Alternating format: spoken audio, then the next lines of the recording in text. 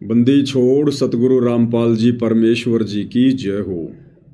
परम पिता परमात्मा सारी सृष्टि के रचनहार, कुल मालिक, असंख्य ब्रह्मांडों के स्वामी, जगत गुरु, तीनों लोकों में प्रवेश करके सबका धारण पोषण करने वाले, राजाधिराज, आत्माधार, नाथों के नाथ, देवों के देव महादेव, सर्वेश्वर महेश्वर, मृत्युंजय, अजरो अमर, आदि अनादि सनातनी प्रभु, जगत पिता जगदीश्वर, श्री श्री 1008 की उपाधि के वास्तविक अधिकारी, अकाल मूर्त शब्द स्वरूपी राम वासुदेव, सर्वगतम ब्रह्म, परम पूज्य, प्रथम पूज्य, परम संत, परम पुरुष, परम धनी, परम दयालु, सत्य कबीर, हक्का कबीर, अल्लाहु कबीर, अल्लाहु अकबर, बाखबर, अल्लाह ताला, जगत के तारणहार, जगत के मुक्तिदाता, जगत के जगन्नाथ, हारे के सहारे, हिंदुओं के राम, मुसलमानों के अल्लाह, सिखों के वाहिगुरु, ईसाइयों के मसीह, दया के सागर दया निधि, करुणा के सागर करुणा निधि, स्वयंभू परिभू, संकट मोचन, कष्ट हरण, मंगल करण, दुख भंजन, अविगत कबीर, निर्विकार निर्विषम परमात्मा, अलय अलेख सतगुरु, आदि अनादि सतगुरु, असली मर्यादा पुरुषोत्तम, असली राम, असली कृष्ण, असली घनश्याम, असली मुरारी, राजाओं के राजा, महाराजाओं के महाराजा, शहंशाहों के शहंशाह, सम्राटों के सम्राट, भगवानों के भगवान, अल्लाहों के अल्लाह, प्रभुओं के प्रभु, मसीहाओं के मसीह, सच्चे वाहिगुरु, बाबाओं के बाबा, पीरों के पीर, सेठों के सेठ, जगत सेठ, सावड़सा सेठ, सर्वगुण संपन्न, अनंत कोटि कलाओं के स्वामी, अनंत कोटि ब्रह्मांडों के नायक, योगियों में महायोगी, ध्यानियों में महाध्यानी, सिद्धों में परम सिद्ध, ज्ञानियों में तत्व ज्ञानी, ब्रह्म ज्ञानी, महाज्ञानी, परम ज्ञानी, सर्वश्रेष्ठ ज्ञानी, विज्ञानी, युवा कबीर, समर्थ कबीर, असमवात, अमित ओजा, सच्चे रहनुमा, करीम अल्लाह, सुभान अल्लाह, दुनिया के अंतिम पैगंबर, 8 सितंबर 1951 से गांव धनाना, जिला सोनीपत, हरियाणा, भारतवर्ष की पावन भूमि पे प्रकट रियल कल की भगवान श्री नारायण साकार हरि, श्री बाबा साहेब नूर अनंत परमात्मा, संत श्रोमणी सतगुरु रामपाल जी परमेश्वर जी के चरण कमल में साध संगति से जुड़े हुए देश विदेश से आप और हम सभी सत्सेवक भाई बहनों का अनंत कोटि दंडवत प्रणाम।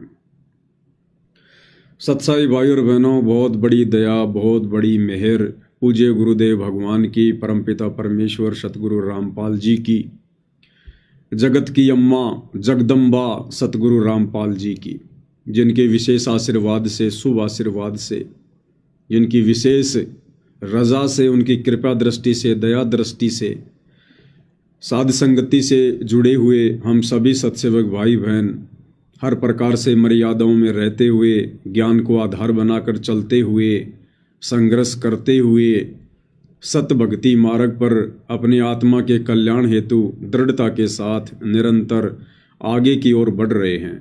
भाई और बहनों, इस कलयुग की बिचली पीढ़ी में, मोक्ष के प्राइम टाइम में, गोल्डन चांस में, पूज्य गुरुदेव भगवान सतगुरु रामपाल जी की विशेष VIP रजा के बिना साध संगतियों का मिलना अति दुर्लभ है।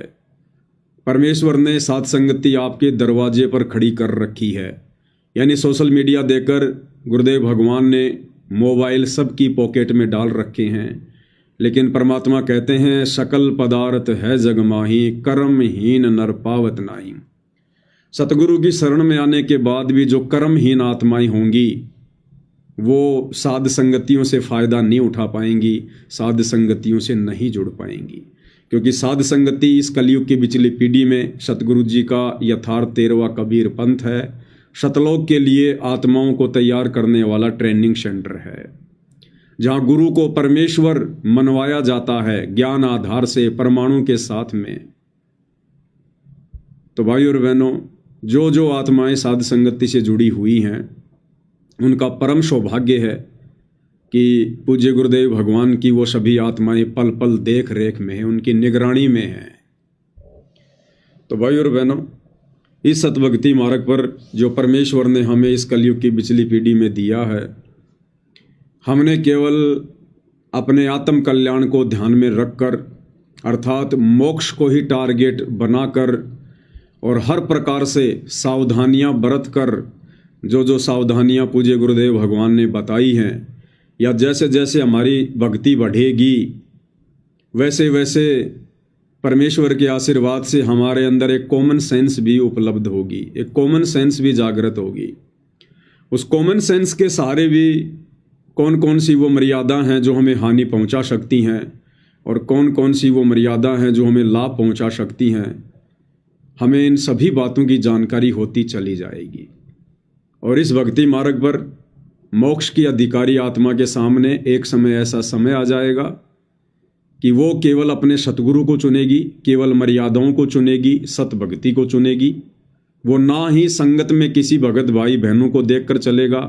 वो भगत भाई बहन चाहे दिन रात सतगुरुदेव के चरणों में क्यों ना बैठे रहते हों, वो भाई बहन चाहे सांसारिक रिश्ते में गुरुदेव भगवान के बेटा बेटी भाई बंधु रिश्तेदार क्यों ना हो, वो भाई बहन चाहे गुरुदेव के पास में 24 घंटे आश्रमों में विशेष सेवादारों की लिस्ट में क्यों ना हो, मोक्ष की अधिकारी आत्मा इन चीज़ों की तरफ ध्यान भी नहीं देगी, नज़र उठाकर भी किसी को विशेष दृष्टि से नहीं देखेगी, क्योंकि सतगुरु की नज़रों में सभी एक समान हैं। क्योंकि सतगुरु के जो 4 लक्षण हैं उसमें एक लक्षण है कि वो समदृष्टि होगा।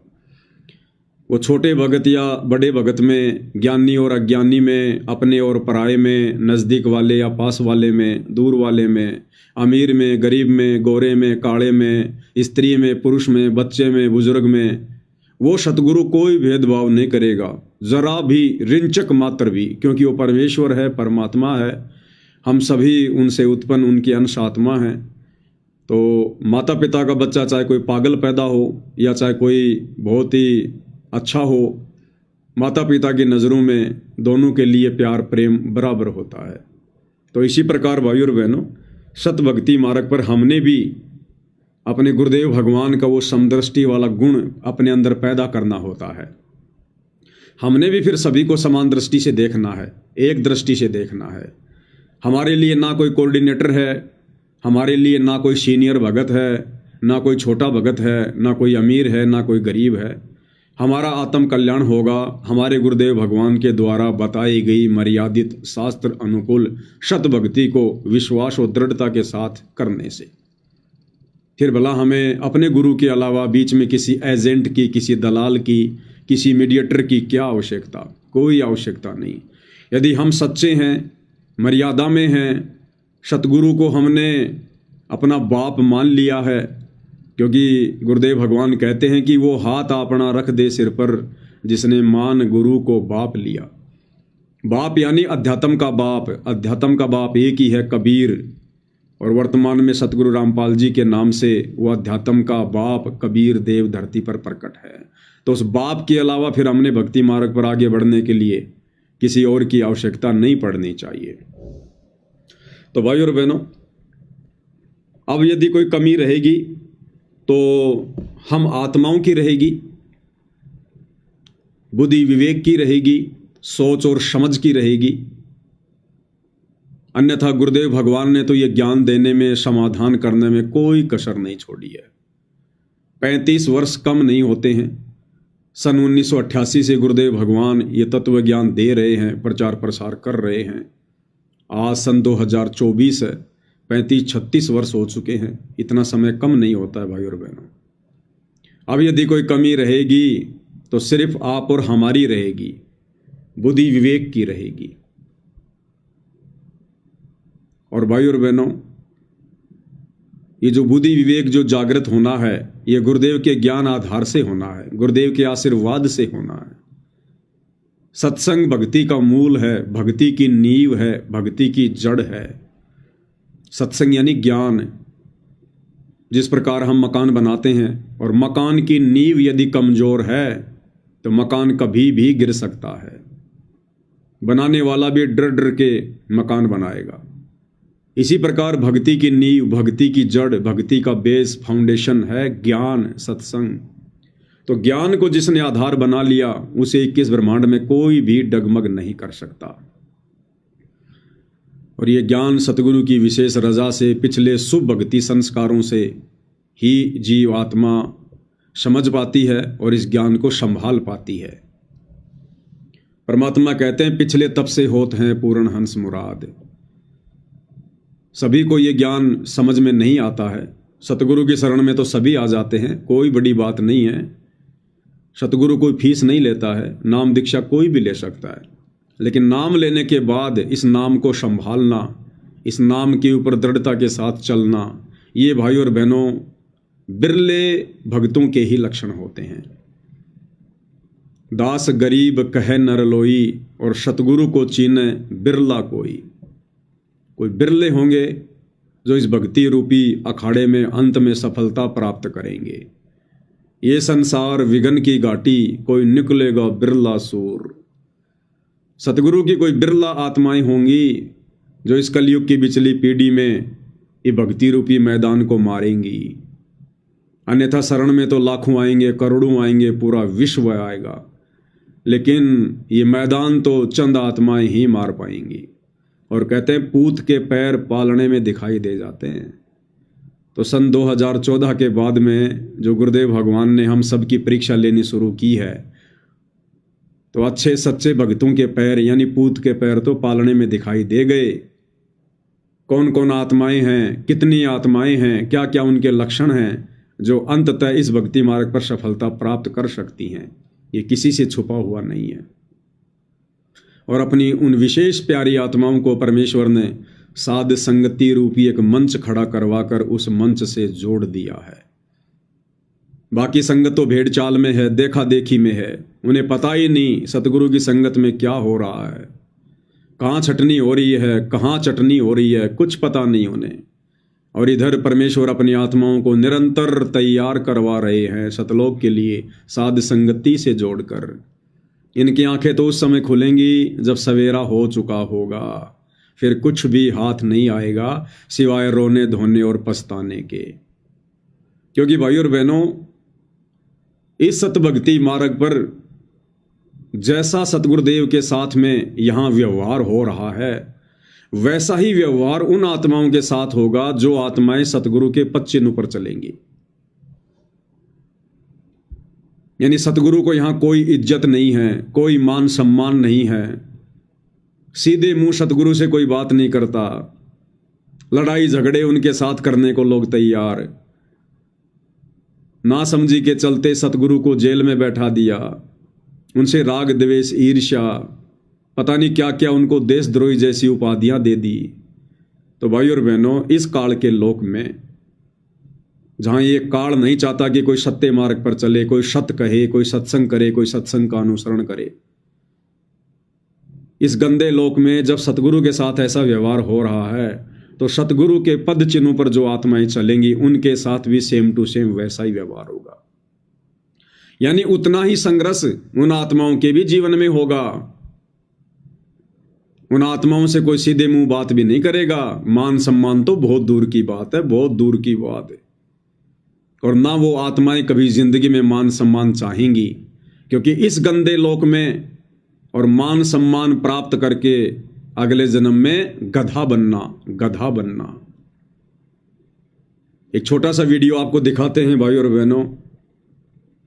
इन दिनों सतगुरु की इस परीक्षा के समय में काल प्रेरणा से सतलोक आश्रम मैनेजमेंट हरियाणा वालों ने जो एक मनमुखी मुहिम चला रखी है, अन्नपूर्णा मुहिम, उस मुहिम के तहत ये लोग अपनी पब्लिसिटी के लिए, दुनिया से मान सम्मान प्राप्त करने के लिए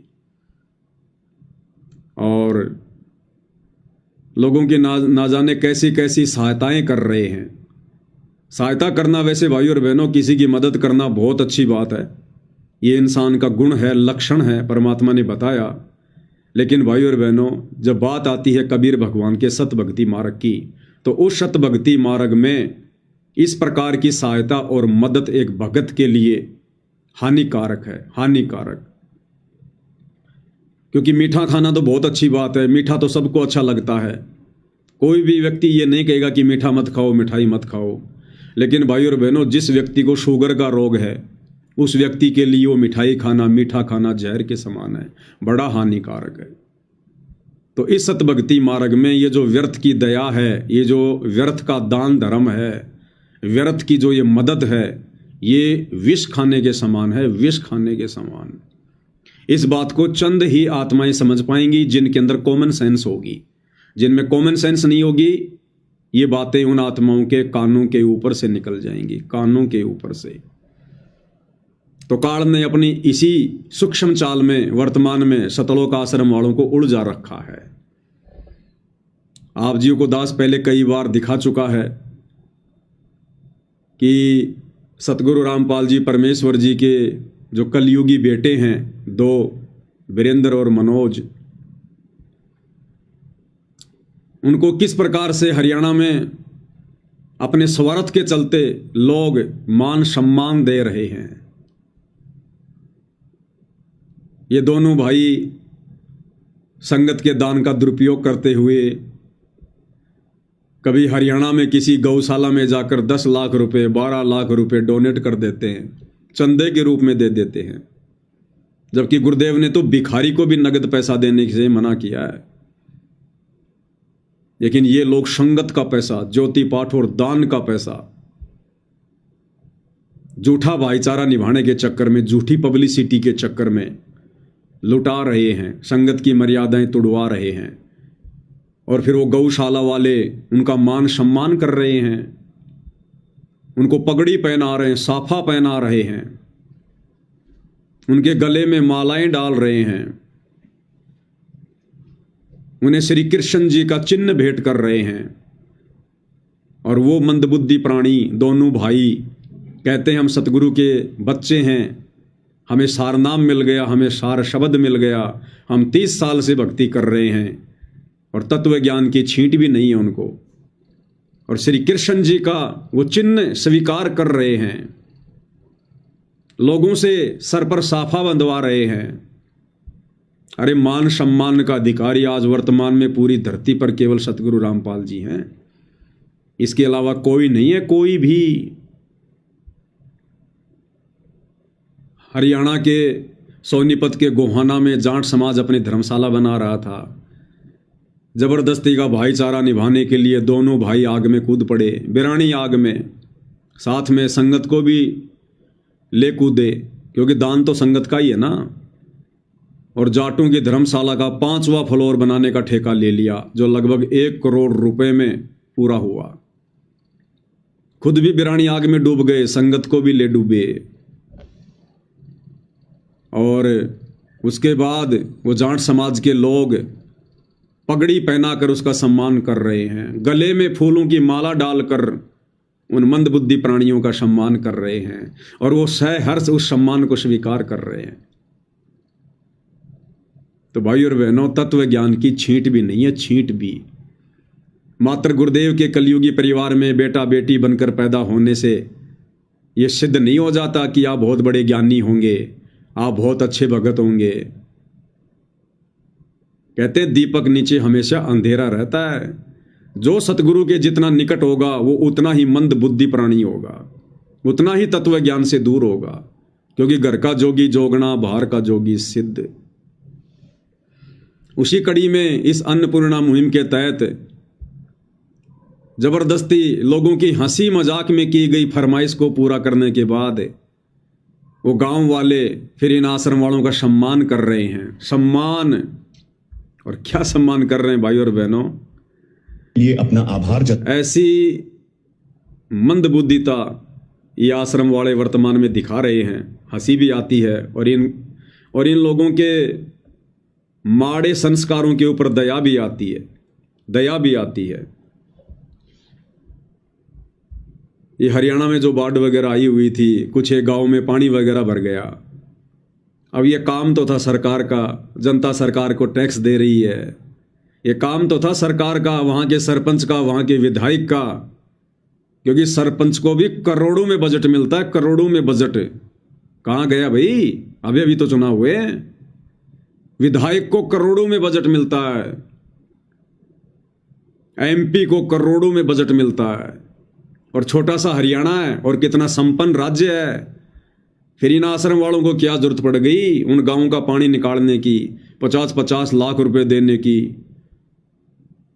15,000 फुट पाइप लगाने की। इनको क्या आवश्यकता पड़ गई भाई लाखों रुपए की मोटर देने की? किसी गांव में जाकर 50 लाख रुपए की सामग्री दे रहे हैं, किसी में 30 लाख की दे रहे हैं। जबरदस्ती का पंगा मोल ले रहे हैं, क्योंकि काल सिर पर बैठा है, चैन से बैठने नहीं देगा, भक्ति नहीं करने देगा। तो ये लितानी गांव है, कोई जिला हिसार हरियाणा का। यहां इन्होंने कोई गांव का पानी निकालने के लिए पाइप वाइप दे दिए, मोटर वगैरह दे दी। और उसके बाद में जब ये उस गांव में गए तो वो तो जगत वाले हैं भाई और बहनों, उन्हें क्या पता भक्ति मर्यादाओं का। जगत वालों ने सतलोक आश्रम वालों की इस टीम को, जिसमें मुख्य मुख्य लोग हैं, हमें शर्म आती है, हमें शर्म आती है भाई और बहनों कि इन लोगों ने 30-30 वर्षों से भक्ति करके गुरुदेव के अंग संग रह के इन्होंने क्या सीखा, क्या सीखा इन्होंने। ये जो व्यक्ति है इधर जो है कोने में, ये हरियाणा का स्टेट कोऑर्डिनेटर अमन गोदारा, स्टेट कोऑर्डिनेटर अमन गोदारा। आश्रम में बात हुआ करती थी मेरी इससे, क्योंकि दास आश्रम में बाथरूम सेवा किया करता था। तो ये कहा करता था, एक बार ये जयपुर भी आया था मेरे घर पे, जब बरवाला कांड हो गया था उसके बाद ये जयपुर भी आया था एक भगत के साथ में गाय लेने के लिए। तो दास की झोपड़ी पे आया था, मैं ले गया था इसको, 1-2 दिन रखा, इसको गाय वाय दिखाई, नहीं पसंद आई, चला गया। तो ये कह रहा था कि भाई पवन दास, ये लगभग 30 साल पुरानी बात बता रहा है कि भाई पवन दास, जब मैं खेतों में ट्रैक्टर चलाया करता था उस समय मैंने गुरुदेव से नाम ले रखा था।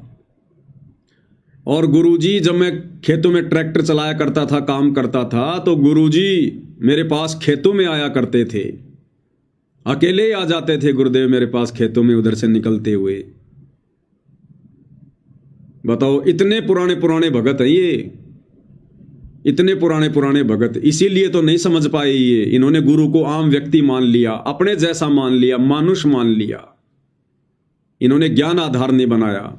ये दूसरा व्यक्ति, ये बलजीत है, बलजीत सतलोक आश्रम का मुख्य ट्रस्टी, जिसने छोटे बरवाड़ा आश्रम के लिए 1 एकड़ जमीन दी थी, जिसका गुरुदेव भगवान जिक्र करते हैं कई बार सत्संगों में। हमारी जो बबीता बहन थी, जो बरवाला कांड में जिसको जेल हो गई थी, जिसको बेबो नाम से जाना जाता है, गुरुदेव के साथ में इस मीडिया ने नाजायज संबंध स्थापित करने की कोशिश की थी उस बहन के। तो ये उस बबीता का पिता है, बलजीत लहरी। ये इतने पुराने पुराने भगत हैं भाई और बहनों, और इनकी बुद्धि गांव गई है, बुद्धि गांव गिरवी रख दी इन लोगों ने। अरे मदद कर दी तो कर दी, दोबारा क्या लेने गए थे? चॉकलेट लेने गए थे क्या तुम वहां पर? तुम लोग, गांव वालों ने मदद मांगी, तुम लोगों ने मदद दे दी। और ये गांव वाले भाई और बहनों वैसे मदद नहीं मानते, ये लोग भिखारी नहीं है, भिखारी नहीं है। इन्हीं की टीम में से कुछ लोग जाकर गांव वालों को उकसाते हैं कि साहब आप ऐसा करो, आप ऐसे ऐसे फोन करो हमारे आश्रम में कि साहब ऐसे ऐसे हमारे गांव पर आपत्ति आ गई, बाढ़ आ गई, पानी निकालना है, साहब आपकी मदद की जाएगी। इन्हीं के लोग जाकर गांव वालों में हवा भरते हैं, और उसके बाद ये तो तैयार रहते ही हैं काल प्रेरणा से अपने कर्म फुड़वाने के लिए। तो इन्होंने इस गांव में रात सामग्री पहुंचा दी, सारा काम कर दिया। उसके बाद क्या टिंडे लेने गए थे उस गांव में? अब गांव वालों ने तैयारी कर रखी थी इनका मान सम्मान करने की, और गांव वालों ने मान सम्मान कर दिया। इन सभी को गांव वालों ने 1-1 चद्दर भेंट की, 1-1 चद्दर सोल। देखिए, पहले आपको ये वीडियो दिखाते हैं भाई और बहनों, ये भक्ति मार्ग में जहर खाने के बराबर है, जहर खाने के बराबर। देखिएगा। लिए अपना आभार जताते हुए लितानी गांव की पूरी पंचायत ने संत रामपाल जी महाराज के लिए एक सम्मान पत्र भेंट किया और उनकी टीम को शॉल पहनाकर सम्मानित किया। ये देखिएगा भाई और बहनों, ये सोल दिए जा रहे हैं इनको सबको, ये चद्दरें दी जा रही है। जैसे किसी को सोल भेंट किया जाता है, किसी को सोल जो है वो ओढ़ाया जाता है, किसी को गले में माला डाली जाती है, किसी के सिर पर साफा बांधा जाता है, किसी को गुलदस्ता देकर फूल वगैरह भेंट किए जाते हैं, सब मान सम्मान में आता है। क्या कर रहे हैं ये लोग? क्या शिक्षा दे रहे हैं हमारे जैसे छोटे मोटे भक्तों को? क्या शिक्षा दे रहे हैं ये? क्या सीखेगी आने वाली जनरेशन इन मंदबुद्धियों से कि ये सीखा तुम लोगों ने 30-30 साल भक्ति करके? ये मर्यादा तोड़वाने वाले काम तुम हमें सिखा रहे हो। क्या भगत अधिकारी है सतगुरु की शरण में आने के बाद अपना मान सम्मान करवाने के लिए? क्या योग्य है भगत? किसी ने मना नहीं किया कि साहब तुम ये क्या कर रहे हो, और गांव वालों ने सबके हाथों में सोल पकड़ा दिए, सबके हाथों में, सबके हाथों में। हो गया बराबर तुम्हारा काम, हो गई तुम्हारी सेवा बराबर। अरे भैया, तुमने गांव वालों को सामान दिया, बदले में गांव वालों ने तुम्हारा सम्मान कर दिया, बराबर गया 50 लाख रुपए पानी में, गई तुम्हारी मदद पानी में, हिसाब किताब बराबर। मर्यादा तुमने तोड़वाई वो अलग, फायदा गांव वालों का। सरपंच का बजट बच गया, विधायक का बजट बच गया, सरकार का पैसा बच गया। इन मंदबुद्धियों को काल ने बीच में फंसा दिया। इन्होंने अपनी मर्यादा तोड़वाई और बेचारी भोली भाली संगत का वो 30 लाख या 50 लाख रुपया ज्योति पाठ और दान का वो इन्होंने बर्बाद करवा दिया। और ऊपर से इनका सम्मान करवा के काल ने इनके सर पे जूते मरवा दिए। ये भक्ति मार्ग में भगत के लिए सम्मान प्राप्त करना जहर के समान है। सतनाम के नियमों में गुरुदेव ने साफ साफ लिखा हुआ है। पढ़ा इन्होंने कभी सतनाम का नियम? ये कहते हमें सार नाम मिल गया, सार शब्द मिल गया। इन्हें सतनाम के नियमों का ढंग से पता नहीं है। क्या आवश्यकता थी? अब अगर ये बहाना बनाएंगे कि नहीं नहीं नहीं, गांव वालों ने तो सतगुरु रामपाल जी का सम्मान किया है। अरे तो सतगुरु रामपाल जी के सम्मान के लिए एक शॉल होता है, एक चद्दर। पूरा गांव कोई 50 चद्दर थोड़ी देगा संत रामपाल जी को, 10 चद्दर थोड़ी देगा। एक ही चद्दर होती है। अगर संत रामपाल जी का ही मान सम्मान किया है अकेले का, तो एक चद्दर काफी होती है, एक। और संत रामपाल जी का सम्मान तुम क्यों स्वीकार करोगे? क्या तुम्हें इतनी भी समझ नहीं है? अरे जब तक बाप जिंदा है, बेटा कभी भी उसके सम्मान को स्वीकार नहीं करता। बेटा अपने बाप के सम्मान को दूसरे लोगों से उस समय स्वीकार करता है जब उसका बाप मर चुका होता है। अभी तो तुम्हारा बाप जिंदा है, या जीते जी मार दिया तुम लोगों ने। और तुम कौन होते हो सतगुरु रामपाल जी का सम्मान स्वीकार करने वाले? तुम कौन होते हो भाई? अगर गांव वालों ने इस मदद के बदले संत रामपाल जी का सम्मान नहीं करना था तो इंतजार करते, उनके हिसार जेल से बाहर आने के बाद आश्रम में आके सम्मान कर देते। लेकिन यहां देखो, हर एक के हाथों में ये चदरें पकड़ाई जा रही हैं, हर एक के हाथों में सोल दिए जा रहे हैं।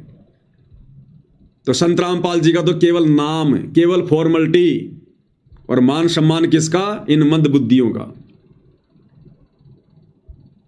भाई और बहनों, 6 फुट की हाइट प्राप्त कर लेने से, हट्टा कट्टा शरीर प्राप्त कर लेने से, या चौड़ा कुर्ता पजामा पहन लेने से ये बुद्धि भी, ये भेजा भी उतना ज्यादा पावरफुल होगा, ये किसी किताब में लिखा हुआ नहीं है।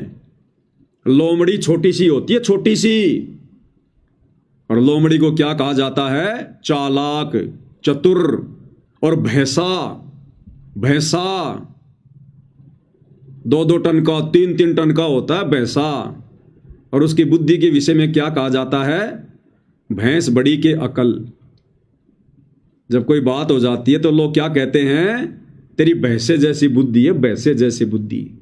तो इन शतलोक आश्रम वालों की, इन बड़े बड़े परम भक्तों की भाई और बहनों, वर्तमान में भैंसा जैसी बुद्धि है। क्या शिक्षा देंगे ये संगत को? अपने पैरों पर खुद कुल्हाड़ी मार रहे हैं। आने वाले समय में संगत इनको दुत्कारेगी, इनके इन्हीं कुकर्मों के चलते। अगर संत रामपाल जी का सम्मान गांव वाले करना चाहते थे तो एक चद्दर होती है संत के लिए, केवल एक चद्दर।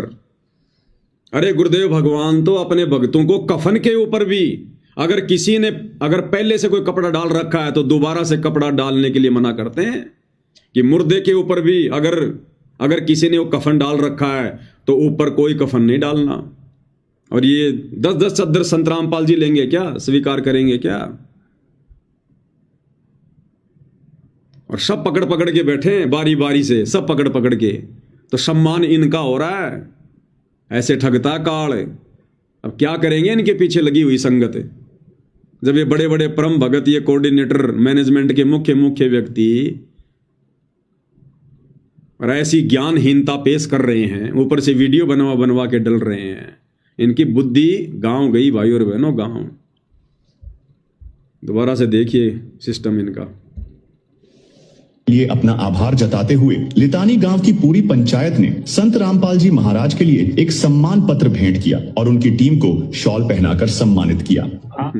टीम को अब मैं अपील करूंगा सरपंच साहब से, पंचायत से, और जो हमारी कमेटी है 36 बिरादरी की, संत रामपाल महाराज जी का, और जो टीम आई है, जो कमेटी उनका मान सम्मान करेंगे। और दर्शकों, जो संत रामपाल जी महाराज की तरफ से जो इनको ग्राम पंचायत लितानी की तरफ से जो सहायता प्राप्त हुई है, उसके सम्मान में ग्राम पंचायत की तरफ से संत रामपाल जी महाराज के ट्रस्ट को ये सम्मान के तौर पर दिया जा रहा है। यहाँ पर देखिए, परम पूज्य संत रामपाल जी महाराज एवं मुनिंद धर्मा ट्रस्ट कुरुक्षेत्र द्वारा गांव लितानी में बाढ़ राहत कार्य में सहयोग हेतु दी गई 15,000 फुट 8 इंची pipeline, 2 pump set 20 horse power व 500 फुट केबल मदद दी गई है। इस नेक कार्य में सहयोग हेतु समस्त गांव लितानी संत रामपाल जी महाराज जी का हार्दिक धन्यवाद करता है। और ये इन्होंने बाकायदा बढ़िया तरीके से फ्रेम में सेट करके कांच लगा के इनको सौंपा है। एक बार हम इनसे बातचीत करके इनको ये जो सम्मान गांव वासियों ने दिया है, इनको कैसा लग रहा है? सत साहिब जी, ये सम्मान गुरुजियों को जो गांव ने दिया है, हम समस्त ग्रामवासियों को गुरुजियों की तरफ से तहे दिल से धन्यवाद करते हैं। आगे भाई, ये पहले गांव नितानी ऐसा, पहला गांव नितानी ऐसा है जिसने संत रामपाल जी का सम्मान किया है। तो खुशी इनको संत रामपाल जी के सम्मान से नहीं है, ये पहला गांव ऐसा जिसने इस टीम को सम्मान दिया है, सोल भेंट किया है। ये इनके स्टेटमेंट हैं भाई और बहनों। ये कलयुग में सतयुग लाएंगे। ये बड़े बड़े सतलोक आश्रम कमेटी के भगत ये आने वाले समय में पूरे विश्व का नेतृत्व करेंगे। ये जिनके खुद के पैर कब्र में लटक रहे हैं, ये पूरे विश्व को संचालित करेंगे। ये आने वाले समय में क्या मार्गदर्शन करेंगे दुनिया का। इनकी बुद्धि खुद जेरे कुएं में गिरी हुई है। एक स्टेटमेंट और सुनाते हैं आपको बलजीत का, क्या कह रहा है। ग्राम पंचायत दनौदा व सभी ग्रामवासियों को सतगुरु रामपाल जी महाराज जी की तरफ से निवेदन है, और हमारे को सतगुरु जियों का सख्त आदेश है, जिसको मैं पढ़कर आपको सुना रहा हूँ। सेवा में ग्राम पंचायत दनौदा, तहसील नरवाना, जिला जींद, हरियाणा। विषय: जगत गुरु संत रामपाल जी महाराज का विशेष निवेदन। ग्राम पंचायत दनौदा से निवेदन किया जाता है कि हमारे गुरुदेव जी संत रामपाल जी महाराज का हमें आदेश आया है कि जिन गांवों को पानी से निजात पाने के लिए राहत दी गई है, उनको यह पत्र दिया जाए और निवेदन किया जाए कि यदि संत रामपाल जी महाराज जी द्वारा दी गई राहत सामग्री से निर्धारित समय पर पानी नहीं निकलता है और इस बार फसल की बिजाई नहीं हुई, तो आगे से हमारा ट्रस्ट आपके गांव की कोई मदद नहीं करेगा। क्यों नहीं करेगा भाई? अरे जब तुमने पाइप दे दी, मोटर दे दी, इतना काम कर दिया, तो पानी भी तुम ही निकाल दो। गांव वालों को फिर तुम इतनी तकलीफ क्यों दे रहे हो कि हमारे गुरुजी का सख्त आदेश है कि तुम्हारे को सारा सामान दे दिया गया। गांव वालों, अब यदि निर्धारित समय पर पानी नहीं निकला तो आगे से हमारी कमेटी गांव वालों की कोई मदद नहीं करेगी। अरे तुम्हारे पास में मजदूरों की कमी है क्या? ये दोगलापन क्यों कर रहे हो भाई तुम? एक तरफ तो तुम लोगों के मकान बना रहे हो, तो खाली तुम सामान दे के आ रहे हो क्या कि ये लो जी सीमेंट, ये लो जी ईंट, ये लो जी रोड़ी, ये लो जी चूना, और हमारे गुरुजी का आदेश है, अगर निर्धारित समय में 1 महीने के अंदर अंदर तुम लोगों ने अपना मकान नहीं बनाया तो आगे से इस गांव में किसी का कोई मकान नहीं बनाया जाएगा। अरे वहां तो तुम मकान भी खुद ही बना रहे हो, भक्तों को बेचारों को मजदूर बना बना के, और यहां तुम इस गांव में पाइप डाल के आ गए, मोटर डाल के आ गए और कह रहे हो कि पानी गांव वाले निकालो। क्यों निकालेंगे गांव वाले पानी? निकालो, तुम लगाओ मजदूर। तुम्हारे पास मजदूरों की कमी है क्या? भीड़ इकट्ठा हो रखी है तुम्हारे पास में, लगाओ मजदूरों को, इन भक्तों को लगाओ। और क्या काम है? भक्ति तो ये करते नहीं। तो जब मकान तुम खुद बना के दे रहे हो तो पानी भी खुद निकाल के दो भाई। तो घर आगे से कोई मदद नहीं की जाएगी। बस ऐसा ही है कि तुम्हारा कबीर भगवान एक ही बार मदद करता है क्या? दोबारा मदद नहीं करता तुम्हारा कबीर भगवान, इतना कमजोर है। आगे से कोई मदद नहीं की जाएगी। तो वर्तमान में जो मदद कर रहे हो, कौन सा तुम्हारे सामने ये हाथ फैला रहे थे गांव वाले, ये भी तो तुमने जबरदस्ती करी है। आगे से कोई मदद नहीं की जाएगी। सुनो, और आपको आवश्यकता लगती है तो आप संत रामपाल जी महाराज से प्रार्थना करके और भी आवश्यक सामान ले सकते हैं। गुरुदेव जी ने कहा है कि सामान चाहे कितना भी लगे, लेकिन गांव से पानी निकलना चाहिए।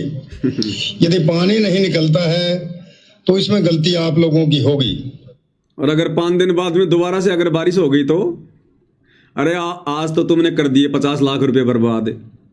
आज तो निकाल दिया गांव वालों ने पानी, और 5 दिन बाद में फिर मानसून आ गया।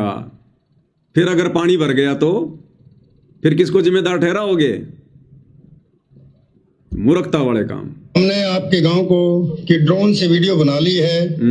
गांव में पानी भरा हुआ है। हम आपके गांव का पानी निकालने के बाद दूसरी वीडियो बनाएंगे। अच्छा, उसके बाद हम एक वीडियो और बनाएंगे जब आपकी फसल लहरा रही होगी। क्या कह रहे हैं कि हमने पहले आपके गांव का ड्रोन से एक वीडियो बना लिया है, जो आपके गांव में बाढ़ आई हुई थी, पानी भरा हुआ था, और दूसरा वीडियो उस समय बनाएंगे जब आपके गांव की बाढ़ का पानी निकल जाएगा, और उसके बाद एक वीडियो और बनाएंगे जब आपकी फसल लहराएगी। और वो वीडियो फिर हम कहाँ दिखाएंगे, किसको दिखाएंगे? इन आश्रमों में चलाएंगे, LED पर चलाएंगे, मूर्ख संगत को दिखाएंगे, ताकि संगत और ज्यादा दान करे कि हमारा पैसा धर्म में लग रहा है, हमारा पैसा बर्बाद नहीं हो रहा है। हम संगत को दिखाएंगे फिर ये कि देखो हमने ऐसे ऐसे गांव वालों का पानी निकाला। फिर संगत और ज्यादा दान करेगी। दान करने के लिए संगत जो है वो प्रोत्साहित होगी।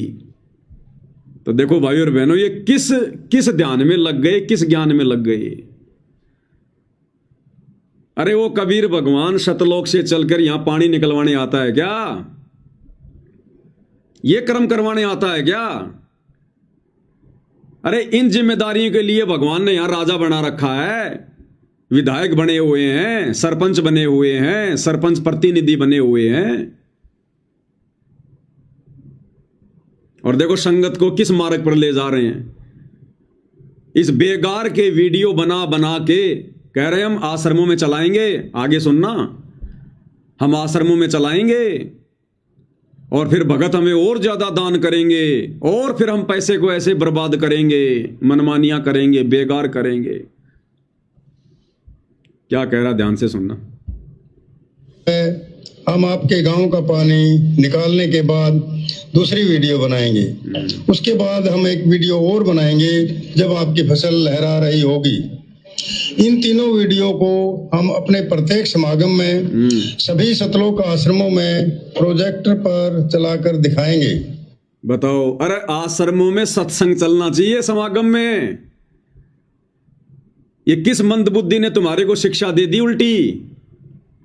ये फालतू के वीडियो, पानी निकालने वाले वीडियो, फसल की वीडियो, क्या मिलेगा संगत को ये वीडियो देख के? श्वासों की बहुत गहरी कीमत बताई गुरुदेव भगवान ने। कहता हूं कहीं जात हूं, कहूं बजाकर ढोल, श्वास जो खाली जात है 3 लोग का मोल। क्या करोगे फालतू के वीडियो दिखा के संगत को? क्या मिलेगा? क्या देखेगी संगत? पहले पानी भरा हुआ था, फिर पानी निकल गया, फिर फसल खड़ी हो गई, बढ़िया फसल हो गई। क्या करेगी इसको देख के संगत? क्या मिलेगा संगत को? लेकिन ये अपने स्वार्थ के लिए ऐसा करेंगे। क्यों? इनको मंदबुद्धि संगत से दान मिलेगा, पैसा मिलेगा। संगत को कुछ नहीं मिलेगा। संगत का तो नुकसान ही नुकसान है, समय का भी और दान का भी इनको मिलेगा फायदा। तो कह रहे फिर हम हमारे आश्रमों में चलाएंगे उस वीडियो को समागम में। अरे संगत समागम में सतगुरु के सत्संग सुनने जाती है, ये मदारी का खेल देखने नहीं जाती। तो देख लो भाई और बहनों, इसलिए दास कहता कि ये आश्रम मनोरंजन के केंद्र हैं। या तो फिल्म बना बना के चलाओ, गाने बना बना के चलाओ, या फिर ये खेतों के पानी के वीडियो चलाओ। ये देखने जाती है संगत हजारों किलोमीटर से, सैकड़ों किलोमीटर से। तो टोटल ड्रामेबाजी, काल प्रेरणा से टोटल ड्रामेबाजी। भक्ति का नामो निशान भी नहीं, भक्ति की छींट भी नहीं। खुद कह रहे हैं, मैं नहीं कह रहा, मैं तो तुम्हें दिखा रहा हूं इनके बोल वचन। सुन लो अच्छे से। कि सामान चाहे कितना भी लगे, लेकिन गांव से पानी निकलना चाहिए। यदि पानी नहीं निकलता है तो इसमें गलती आप लोगों की होगी। हमने आपके गांव को की ड्रोन से वीडियो बना ली है। गांव में पानी भरा हुआ है। हम आपके गांव का पानी निकालने के बाद दूसरी वीडियो बनाएंगे। उसके बाद हम एक वीडियो और बनाएंगे जब आपकी फसल लहरा रही होगी। इन तीनों वीडियो को हम अपने प्रत्येक समागम में सभी सतलोक आश्रमों में प्रोजेक्टर पर चलाकर दिखाएंगे, ताकि संगत को विश्वास हो कि हमारे पैसे का कोई दुरुपयोग नहीं होता, और पता चले कि हमारे द्वारा दिए गए दान से संत रामपाल जी महाराज के आदेशानुसार इतने लोगों को जीवन दान मिला है। कहाँ है आदेश?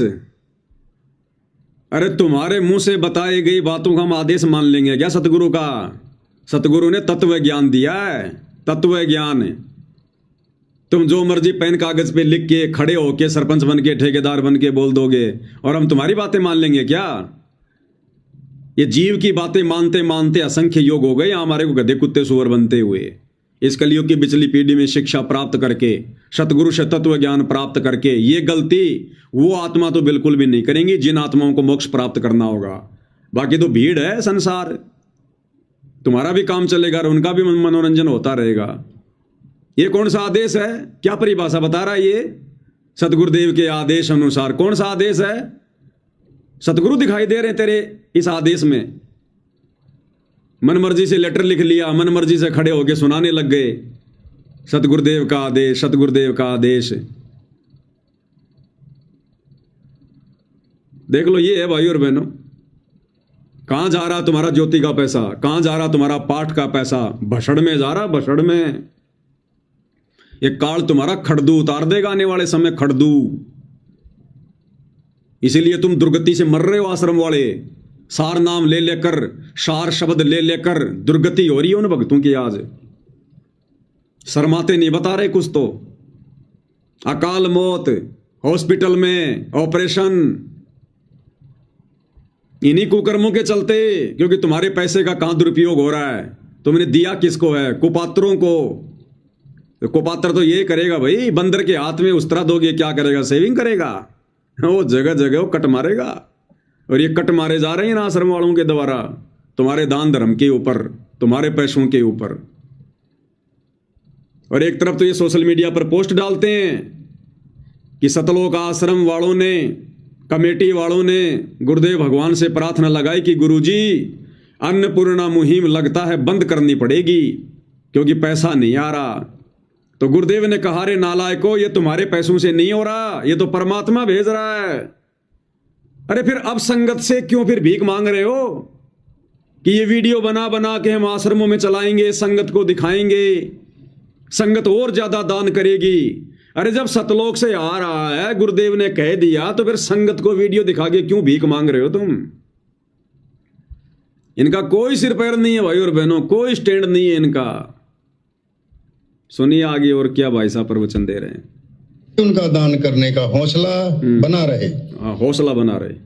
में प्रोजेक्टर पर चलाकर दिखाएंगे ताकि संगत को विश्वास हो कि हमारे पैसे का कोई दुरुपयोग नहीं होता और पता चले कि हमारे द्वारा दिए गए दान से संत रामपाल जी महाराज के आदेशानुसार इतने लोगों को जीवन दान मिला है, ताकि उनका दान करने का हौसला बना रहे और हम आपकी सेवा करते रहें। संत रामपाल जी महाराज स्वयं भी किसान परिवार से हैं और किसानों का दर्द समझते हैं।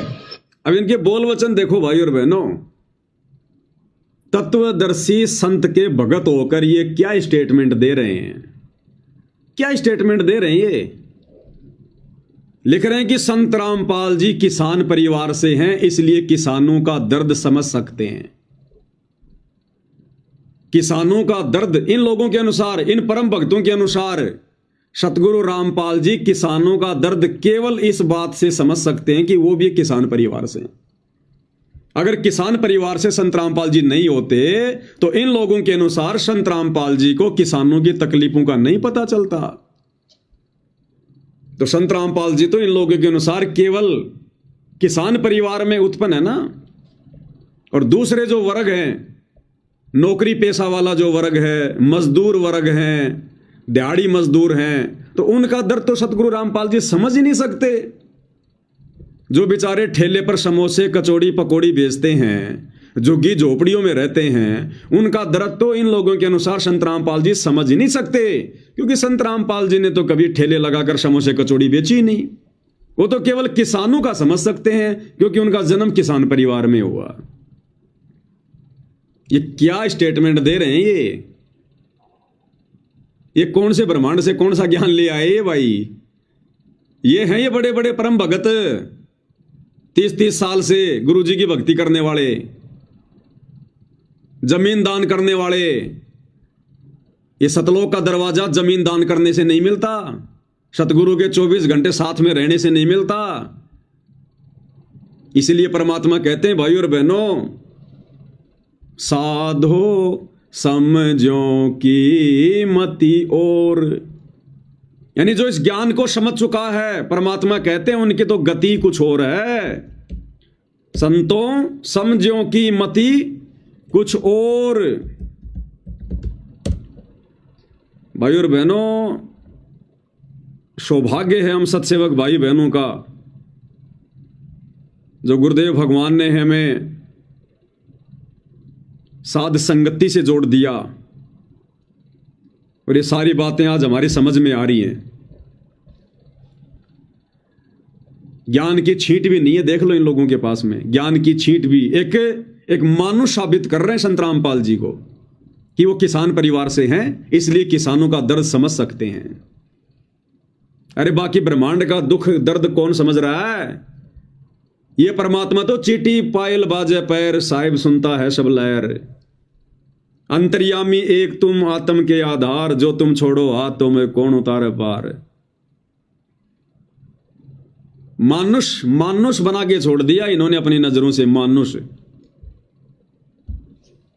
यह तो 36 बरादरी के जान माल का सवाल है। किसी के घरों में पानी भरा हुआ है, किसी को पशुओं में हानि हुई है, क्योंकि सारी फसल बर्बाद होने से पशुओं के लिए भी चारा नहीं है। डिस्पेंसरियां बंद हैं, बच्चे भी स्कूल नहीं जा पा रहे क्योंकि स्कूलों में पानी भरा हुआ है। तो फिर तुम क्या कर रहे हो? अरे तुम फिर ठेकेदार क्यों बने हुए हो? अगर फसल बर्बाद हो गई तो सबके घरों में डालो गेहूं की बोरियां। डिस्पेंसरी बंद हो गई तो खोलो डिस्पेंसरियां। बच्चे स्कूल नहीं जा रहे तो स्कूल खोलो, करो व्यवस्था। फसल बर्बाद हो गई तो करो भाई, पशुओं का चारा बर्बाद हो गया तो चारे की ट्रॉलियां भिजवाओ गांव में। तुम क्या कर रहे हो फिर? बस खाली पानी निकालने का काम है क्या तुम्हारा? इतने ठेकेदार हो गया तुम? कबीर भगवान केवल दुनिया का पानी निकालता है क्या? और कोई चारे वारे की व्यवस्था नहीं करता क्या? गोली दवाई की व्यवस्था नहीं करता क्या? खाली पानी निकालता है कबीर भगवान। इसलिए हमारी आपसे विनम्र प्रार्थना है कि आप सभी ग्रामवासी मिलकर जल्द से जल्द पानी को गांव से बाहर निकालें ताकि अगली फसल की बिजाई हो सके। निकालेंगे। इसमें 36 बिरादरी का हित है। यदि आप ये नहीं कर पाए तो फिर हम उस गांव को किसी प्रकार की आपदा में कोई भी राहत भविष्य में नहीं देंगे। ये हमारे गुरुदेव संत रामपाल जी महाराज का हमें सख्त आदेश है और आप सभी ग्रामवासियों से विनम्र निवेदन है। सत साहिब। ये है इनके आदेश भाई और बहनों, ऐसे होते हैं इनके आदेश, इस प्रकार के होते हैं इनके आदेश। गुरु मानुष कर जानते ते नर कहिए अंध, मैं दुखी संसार में आगे काल के फंद। परमात्मा कहते हैं सतगुरु बतावे ठोर ठिकाना, कोई मारे परवीण निशाना। इस भक्ति मार्ग पर ज्ञान को आधार बनाकर मर्यादाओं में रहकर ये मोक्ष रूपी निशाना वही आत्मा साधेंगी जो परमेश्वर की अधिकारी आत्मा होंगी, इन फालतू के ठेकेदारों की तरह नहीं। तो कहते हैं सतगुरु बतावे ठोर ठिकाना और कोई परवीण फिर मारे निशाना।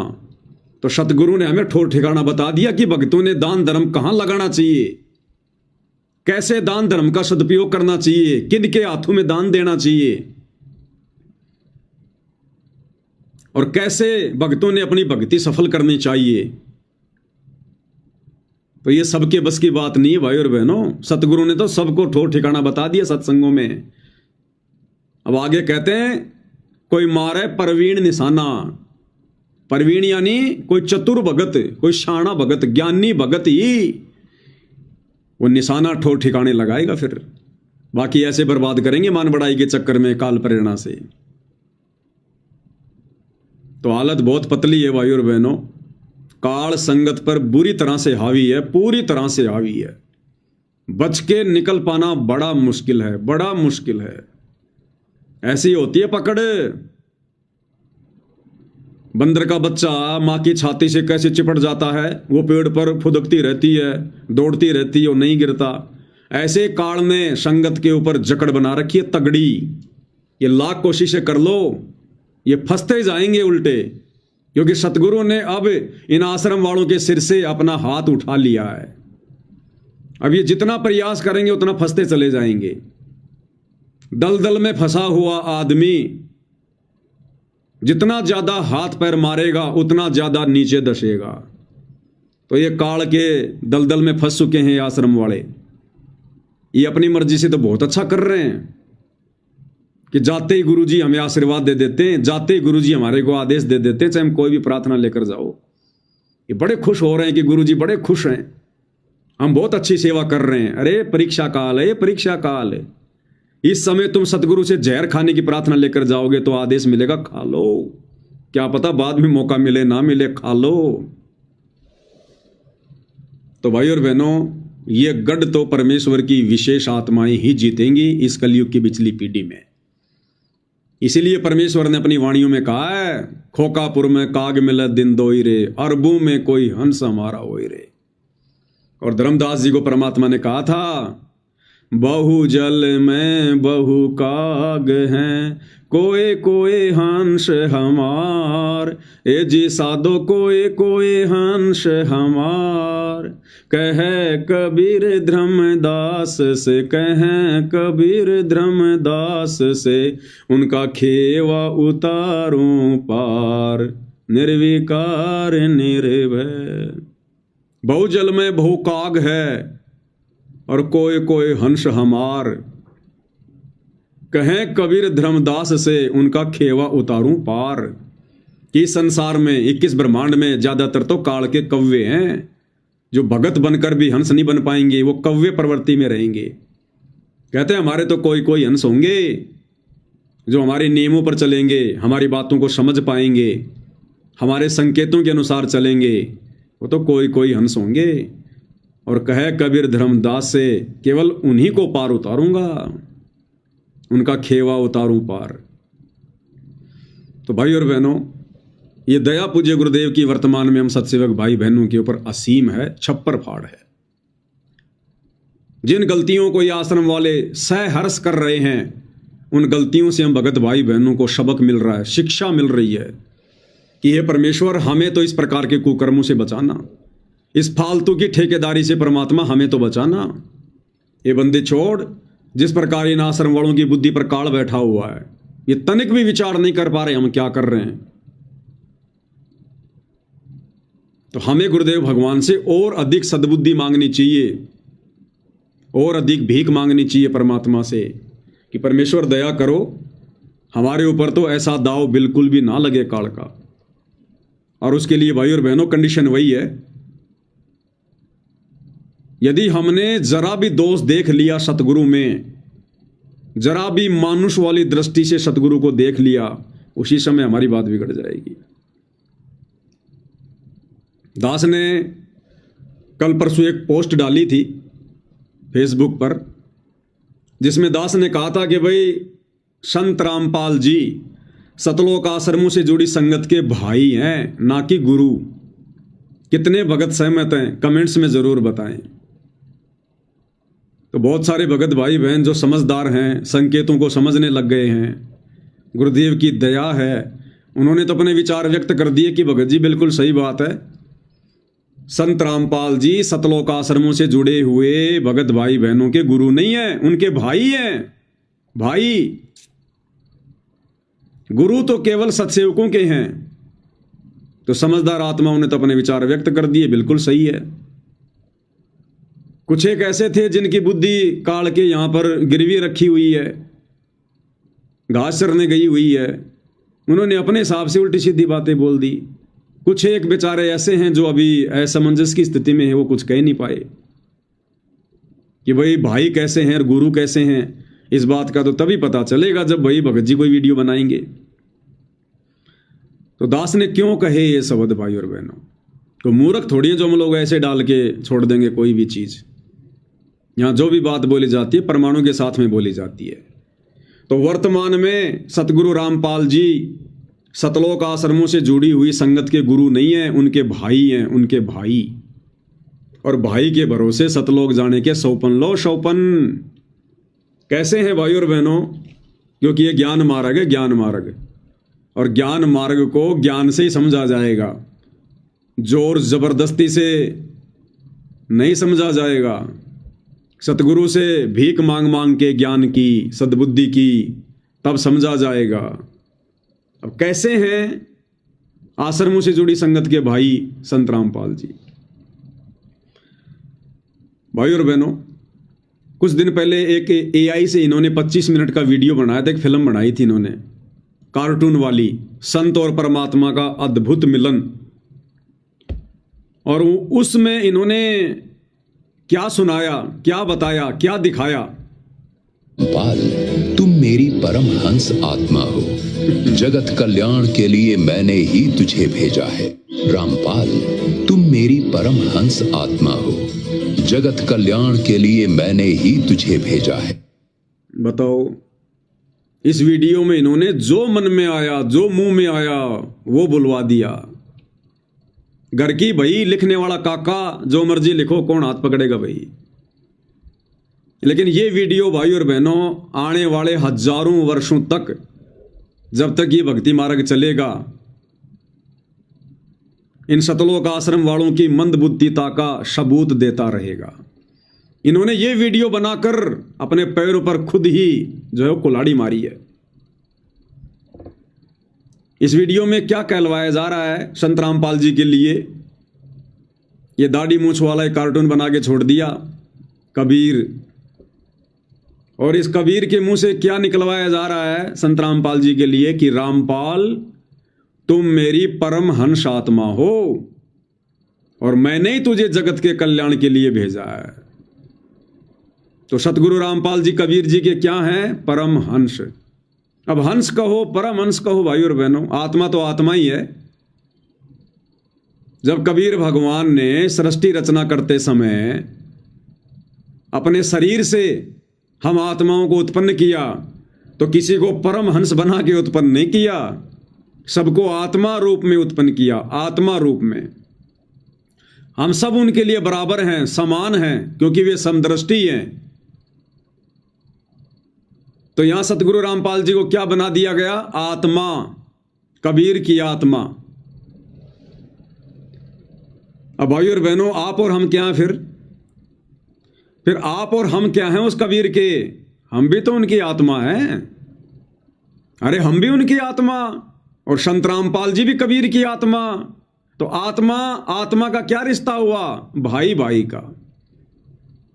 अरे बाप तो हमारा परमात्मा है कबीर, बाकी सब आत्मा है। तो खुद कबीर जी कह रहे हैं। अब कबीर जी कह रहे हैं, इसका मतलब संत रामपाल जी तो कबीर जी हो नहीं सकते, क्योंकि कबीर जी तो उनसे अलग सामने खड़े हैं। तो संत रामपाल जी चाहे आत्मा हो, चाहे वो परमहंस आत्मा हो, है तो जीव ही, फिर है तो आत्मा ही फिर, क्योंकि कबीर तो एक ही है सृष्टि में। तो कबीर तो सामने खड़ा है, दाढ़ी मूंछ वाला, और संत रामपाल जी को कह रहा कि तुम मेरी परमहंस आत्मा हो, यानी तुम मेरी आत्मा हो, मेरे बच्चे हो। तो आप और हम क्या कबीर के दुश्मन हैं क्या? इस सृष्टि के जितने भी प्राणी, गधे, कुत्ते, सुअर, ये कबीर जी के दुश्मन हैं क्या? हम सब कबीर की आत्मा हैं, और संत रामपाल जी भी कबीर की आत्मा हैं। तो एक आत्मा दूसरी आत्मा की गुरु नहीं हो सकती, एक आत्मा दूसरी आत्मा की भाई हो सकती है। तो इन्हीं लोगों के विचारों के आधार से दास ने कहा है कि जब तक तुम सतलोक आश्रम वाले संत रामपाल जी को कबीर जी की आत्मा समझोगे, कबीर जी के द्वारा भेजे गए उनके संदेश वाक समझोगे, तब तक संत रामपाल जी तुम्हारे भाई बने रहेंगे, भाई। और भाई भाई का लाख जन्म भी मोक्ष नहीं करवा सकता, लाख जन्म भी। अरे चलो, संत रामपाल जी तो तुम्हारी दृष्टि में कबीर जी के परमहंस हैं। कबीर जी ने तो जिस समय आत्माओं को उत्पन्न भी नहीं किया था, केवल अपने 16 उन पुत्रों को उत्पन्न किया था। अपने 12वें नंबर के बेटे को, अचिंत को, साफ साफ कह दिया था कि आगे मेरे किसी भी कार्य में टांग मत अड़ाना, समर्थ का काम उसी को साजे, और करे तो मूर्ख बाजे। तुम्हारे बस की बात नहीं है सृष्टि रचना। तो बताओ भाई, फिर संत रामपाल जी क्या है? फिर जब अचिंत को ही उन्होंने पाबंद कर दिया कि आगे से सारे काम मैं करूंगा, तो संत रामपाल जी कौन हुए फिर? आप लोगों की नजरों में जीव, एक आत्मा, और आप खुद कहलवा रहे हो भाई, आप खुद उनको एक आत्मा घोषित कर रहे हो। पाल, तुम मेरी परम हंस आत्मा हो, जगत कल्याण के लिए मैंने ही तुझे भेजा है। रामपाल, तुम मेरी परम हंस आत्मा हो, जगत कल्याण के लिए मैंने ही तुझे भेजा है। अब इन आश्रम वालों को यह भी समझाना पड़ेगा कि हंस क्या होता है और परमहंस क्या होता है। इन्हें इतना भी नहीं पता है भाई और बहनों। ये सत्संग सुनते जरूर हैं, लेकिन ये विचार नहीं करते सत्संगों पर, ये चिंतन मनन नहीं करते, और फिर हमें उल्टा उलाना देते हैं कि ये पवन दास कौन होता है सत्संगों का सार निकालने वाला। तो तुम निकाल के दे दिया करो, हम तो तुम्हारे निकाले हुए वो देख लेंगे भाई। अरे तुम निकाल दिया करो, तुम लाइव आ जाओ ना, अगर हमें नहीं निकालना आता तो। अब इन आश्रम वालों को यह भी समझाना पड़ेगा कि हंस क्या होता है, परमहंस क्या होता है। अब इस वीडियो में संत रामपाल जी को क्या क्या बोला गया? परमहंस आत्मा। इनको बुलवाना भी ढंग से नहीं आया, बुलवाना भी। परमहंस कौन होता है? इन मंदबुद्धियों को यह भी नहीं पता, ये फिल्म बनाने वालों को, कि परमहंस क्या होता है। एक तरफ तो संत रामपाल जी को परमहंस बता रहे हैं, और फिर उनको जन्म लिया हुआ भी बता रहे हैं कि संत रामपाल जी का तो जन्म हुआ है। अरे नालायकों, परमहंस का कभी जन्म होता है क्या? ये हिसार जेल से जो विशेष संदेश आ रहे हैं, इनमें क्या कह रहे हैं गुरुदेव भगवान? सुनते हो कि नहीं सुनते? गुरुदेव कहते हैं, आवे जावे सो हंसा कहिए, परमहंस नहीं आया रे। आवे जावे सो हंसा कहिए, और परमहंस नहीं आया रे। क्या कह रहे हैं मालिक? सुनिए। पाल, तुम मेरी परम हंस आत्मा हो, जगत कल्याण के लिए मैंने ही तुझे भेजा है। तो यहां तो संत रामपाल जी को परमहंस इन्होंने घोषित कर दिया, और परमहंस कौन होता है उसके बारे में सतगुरु रामपाल जी क्या बता रहे हैं? आवे जावे सो हंसा कहिए, परमहंस नहीं आया रे। 5 तत्व 3 गुण पूरा, या तो कहिए माया रे। आवे जावे सो हंसा कहिए, परमहंस नहीं आया रे। पांच तत्व तीन गुण तूरा, या तो कहिए माया रे। अब परमहंस कौन होता है? गुरुदेव स्वयं बता रहे हैं कि आवे जावे सो हंसा कहिए, और परम हंस नहीं आया रे। आवे जावे यानी जो जन्म लेकर आता है और मरकर वापस चला जाता है। कहते हैं वो तो केवल हंस है, यानी जीव होता वो। आवे जावे सो हंसा कहिए, जो जन्म और मरण में है, कहते हैं वो तो हंस है, जीव है। और परम हंस नहीं आया रे। परम हंस कभी भी जन्म मरण में नहीं आता। जो परम हंस होता है वो कभी भी मां के गर्भ से जन्म लेके नहीं आता। आवे जावे सो हंसा कहिए, परम हंस नहीं आया रे। और परम हंस कौन है जो जन्म मरण में नहीं आता? वो केवल एक ही है, कबीर। अब बताओ, इन आश्रम वालों की बुद्धि घास चरने गई है। उस एआई वाले वीडियो में उस दाढ़ी मूंछ वाले कबीर से कहलवाया जा रहा है संत रामपाल जी को कि रामपाल तो मेरी परम हंस आत्मा है। और परम हंस कौन है उसके बारे में गुरुजी ने बता दिया कि परम हंस नहीं आया रे। परम हंस कभी भी जन्म मरण में नहीं आता, मां के गर्भ से जन्म नहीं लेता। अब एक तरफ तो ये संत रामपाल जी को कबीर जी की परम हंस आत्मा भी बता रहे हैं, परम हंस की इनकी परिभाषा का भी ज्ञान नहीं। अगर सतगुरु रामपाल जी परमहंस थे, परमहंस हैं तुम लोगों के अनुसार, तो फिर तुम उनको ये क्या कहते हो कि उन्होंने जन्म लिया है, उन्होंने मां के गर्भ से जन्म लिया, उनका जन्म हुआ है, किसान परिवार में जन्म हुआ है। अरे तुम्हारा कोई स्टैंड भी है, कोई ठो ठिकाना भी है कि नहीं है? बिन पेंदे के लोटो।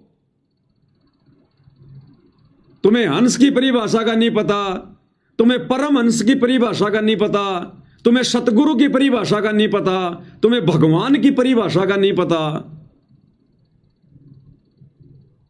फिर तुम कर क्या रहे हो भक्ति मार्ग पर? खाली दुनिया का पानी निकालने के लिए पैदा हुए हो गया? अब इनको कहां रोए भाई और बहनों।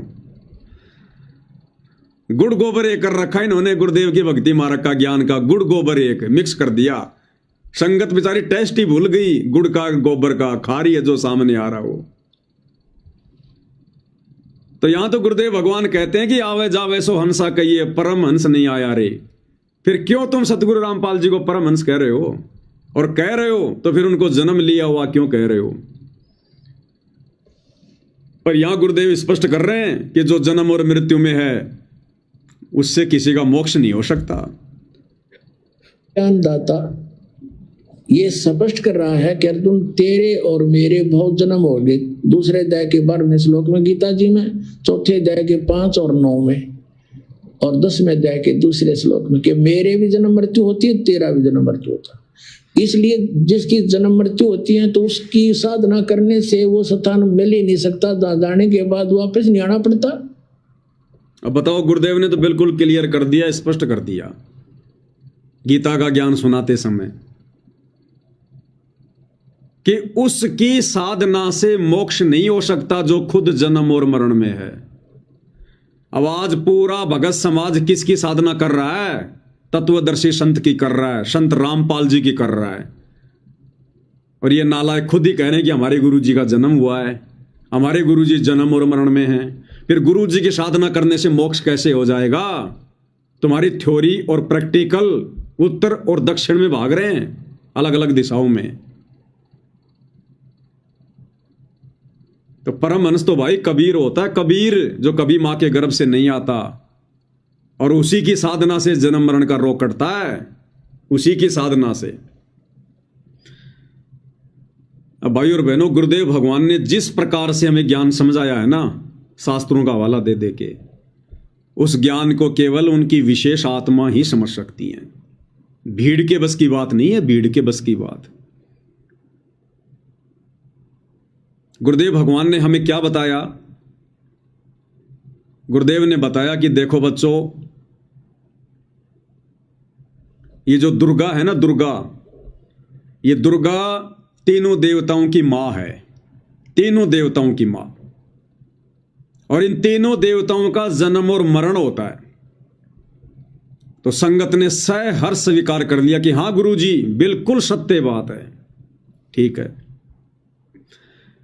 फिर गुरुदेव भगवान ने बताया कि बच्चों देखो, विष्णु जी खुद कह रहे हैं कि मैं दुर्गा से ऊपर किसी को नहीं मानता। मेरे अध्यात्म ज्ञान में, मेरी नजरों में दुर्गा जी से बढ़कर और कोई देवता नहीं है, कोई भगवान नहीं है, और मैं भी उसी की साधना करता हूं। संगत ने सहर्ष स्वीकार कर लिया कि गुरुजी बिल्कुल ओके, ऐसा ही है, ठीक है। फिर गुरुदेव ने बताया कि देखो दुर्गा क्या कह रही है देवी भागवत पुराण में, पेज नंबर 562 पर, हिमालय राजा को ज्ञान उपदेश देते समय, कि भाई तू और सब बातों को छोड़ दे, यानी मेरी भक्ति भी छोड़ दे, मेरी पूजा भी छोड़ दे दुर्गा की, और उस ब्रह्म की भक्ति कर। उसका ओम नाम है और वो ब्रह्म लोक में रहता है। तो संगत ने कहा गुरुजी बिल्कुल ओके, बिल्कुल सही है गुरुजी, नो प्रॉब्लम, ठीक है। फिर गुरुदेव ने गीता जी में दिखाया कि बच्चों देखो ये ब्रह्म क्या कह रहा है 8वें अध्याय के 13वें श्लोक में, कि मेरा ओम नाम का मंत्र है और मेरी साधना जो करेगा वो ब्रह्म लोक में जाएगा। और फिर उस ब्रह्म ने गीता अध्याय 15 श्लोक नंबर 17 में कह दिया कि भैया मैं भी पूरा भगवान नहीं हूं, मेरे से ऊपर तो और बहुत हैं, और उत्तम पुरुष है तू अन्य परमात्मा इति उदारत, ये लोग तरम अवश्य विभर्ति अवय ईश्वर है, कि उत्तम पुरुष तो, उत्तम ब्रह्म तो कोई और ही है, परम अक्षर ब्रह्म,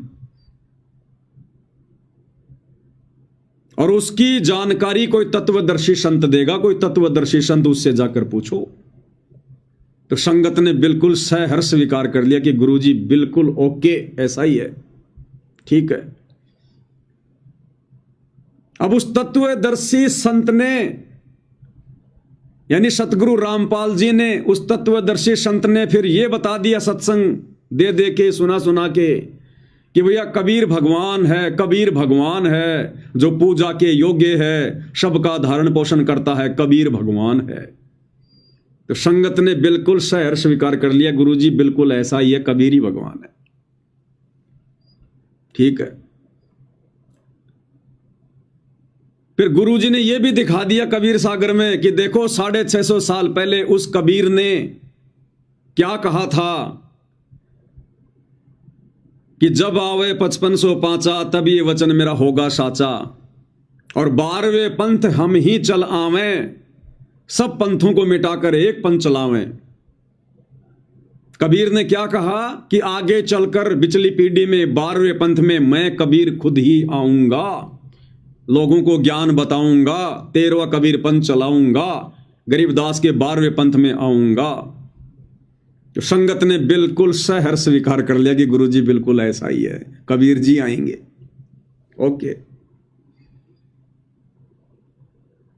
अब उसके बाद सत्सेवकों ने बताना शुरू कर दिया कि देखो भाई 12वें पंथ में कौन आया है कबीर, 13वां पंथ आकर किसने चलाया, ये है कबीर संत रामपाल जी, ये है वो भगवान जो स्वयं आ गए हैं, जो उन्होंने 650 साल पहले बात कही थी कि 12वें पंथ में हम ही चलावें, सब पंथों को मिटाकर एक पंथ चलावें। तो भाई देख लो संगत वालों, 17 फरवरी 1988 को आदरणीय गरीबदास जी के 12वें पंथ में बिल्कुल लास्ट टाइम पर जब वो पंथ समाप्त होने वाला था, वो कबीर आ चुका है संत रामपाल जी के रूप में, और जो 13वां पंथ चलाने की बात कह रहा था, देख लो 1994 में उन्होंने 13वां पंथ शुरू कर दिया। अब इनके ये बात गले नहीं उतर रही, इनके खांसी हो जाती है फिर यहां पर खिच खिच, ना ना ना ये नहीं हो सकता, संत रामपाल जी कबीर नहीं हो सकते, ये पूर्ण ब्रह्म नहीं हो सकते, और सब बातें ठीक है तुम्हारी, लेकिन संत रामपाल जी पूर्ण ब्रह्म नहीं हो सकते, कबीर नहीं हो सकते।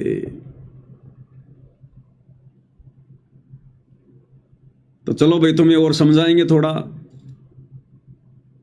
फिर इनको हम याद दिला रहे हैं कि भाई संत रामपाल जी तुम्हारी नजरों में अगर पूर्ण ब्रह्म नहीं है, कबीर नहीं है, आश्रम वालों, तो नित्य नियम पढ़ते हो तुम? हाँ नित्य नियम पढ़ते हैं, रोज सुनते हैं गुरुजी की आवाज में। तो नित्य नियम में गुरुजी क्या कहते हैं पूर्ण ब्रह्म के बारे में, सतगुरु के बारे में क्या कहते हैं, सतगुरु कौन है, सतगुरु कौन है वर्तमान में? तो भगत कहते हैं कि जी हमारे गुरु जी संत रामपाल जी हैं सतगुरु। अच्छा, संत रामपाल जी कच्चे सतगुरु हैं, पक्के सतगुरु? अरे पक्के सतगुरु, कच्चे का कोई मतलब ही नहीं है। तो सतगुरु के बारे में क्या लिखा है नित्य नियम में, तुम रोज सुनते हो? क्या लिखा है जी? सतगुरु पूर्ण ब्रह्म है और सतगुरु आप अलेख, सतगुरु रमता राम है, इसमें मीन न मेख। अरे आश्रम वालों, पूर्ण ब्रह्म कौन है? पूर्ण ब्रह्म तो कबीर है, कबीर। और यहां किसको कहा जा रहा है पूर्ण ब्रह्म? सतगुरु को, कि सतगुरु ही पूर्ण ब्रह्म है और सतगुरु आप अलेख, सतगुरु ही वो अदृश्य परमात्मा है जो निर्गुण रूप में सतलोक में बैठा हुआ है। आप अलेख यानी जिसको कोई लख नहीं सकता, जिसको कोई देख नहीं सकता अपनी मर्जी से। और सतगुरु ही रमता राम है। रमता राम यानी विचरण करने वाला, जगह जगह प्रकट होकर अपना ज्ञान प्रचार करने वाला, घूम घूम के, उसको कहते हैं रमता राम। सतगुरु ही रमता राम है। और कहते हैं या में मीन ना मेख, यानी इनमें बिल्कुल भी संदेह की कोई गुंजाइश नहीं है। फिर भी संगत कहती है कि नहीं नहीं नहीं नहीं नहीं नहीं, संत रामपाल जी सतगुरु तो हैं लेकिन पूर्ण ब्रह्म नहीं है। ये कबीर नहीं हो सकते, पूर्ण ब्रह्म नहीं है। सतलोक में ये संत रामपाल जी नहीं हो सकते कबीर रूप में। वो पूर्ण ब्रह्म तो कोई और है, दाढ़ी वाला, मूछ वाला। अब कैसे समझाएं भाई तुम्हें? चलो और क्या बताएं तुम्हें। अच्छा ये बताओ, जो गरीबदास जी को आकर मिले थे वो कौन थे? अरे वो तो पूर्ण ब्रह्म थे, कबीर भगवान थे, जो जिंदा बाबा के रूप में गरीबदास जी को आकर मिले 10 साल की उम्र में गांव छुड़ाने के खेतों में। उनको सतलोक लेकर गए, उनको सचखंड दिखाया। वो तो कबीर थे, भगवान थे, पूर्ण ब्रह्म थे, उसमें कोई मीन मेख नहीं है। सारी सृष्टि के मालिक हैं वो। उनके अलावा भला दूसरा कबीर और कौन आ गया? तो संगत के ये स्टेटमेंट होते हैं फिर गरीबदास जी के गुरु के लिए कि वो पूर्ण ब्रह्म है, पूर्ण ब्रह्म। अब भाई और बहनों,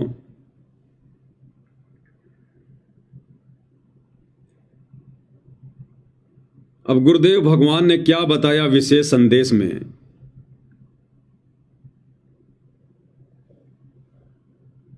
कि नालायको, तुम जिस गरीब दास के गुरु को पूर्ण ब्रह्म कह रहे हो, परमात्मा कह रहे हो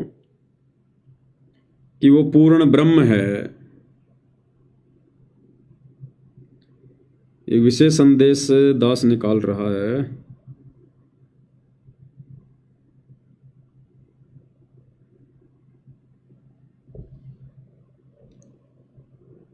कि जो गरीबदास जी को मिले थे वो तो पूर्ण ब्रह्म है, पूर्ण ब्रह्म कबीर हैं, कोई मीन मेख नहीं है। अब भाई और बहनों, विशेष संदेश में गुरुदेव भगवान ने क्या कहा? कि नालायक, वो गरीबदास को जो आकर मिला था, जो गरीबदास का गुरु था, जिंदा बाबा, अरे मैं वही तो हूं। अरे तुम्हारा गुरु रामपाल मैं वही तो हूं जो तुम्हारे सामने प्रत्यक्ष प्रकट हूं, और गरीबदास जी के समय भी मैं ही था। क्या कहा गुरुदेव ने विशेष संदेश में? तो क्या बताते हैं? उत्तर दक्षिण पूर्व पश्चिम फिरता दाने दाने लो, और सर्व कला सतगुरु साहिब की, हरि आए हरियाणी। गरीबदास जी के समय आए तेरी बारे भाई प्रगट सामने था रे, पहचाने जात पहचान लियो। गरीबदास जी के समय आए तेरी बारे भाई प्रगट सामने था रे, पहचाने जात पहचान लियो। गरीबदास जी के समय आए तेरी बारे भाई प्रगट सामने था रे, पहचाने जात पहचान लियो। क्या कह रहे हैं सतगुरु रामपाल जी विशेष संदेश नंबर 75 में? कि भाई गरीबदास जी के समय आए थे और आज तुम्हारे सामने प्रत्यक्ष प्रकट हैं। पिछाने जाए तो पिछाड़ लो भाई, पिछाने जाए तो पिछाड़ लो। अब संगत थोड़ा सा सोचने पर मजबूर होती है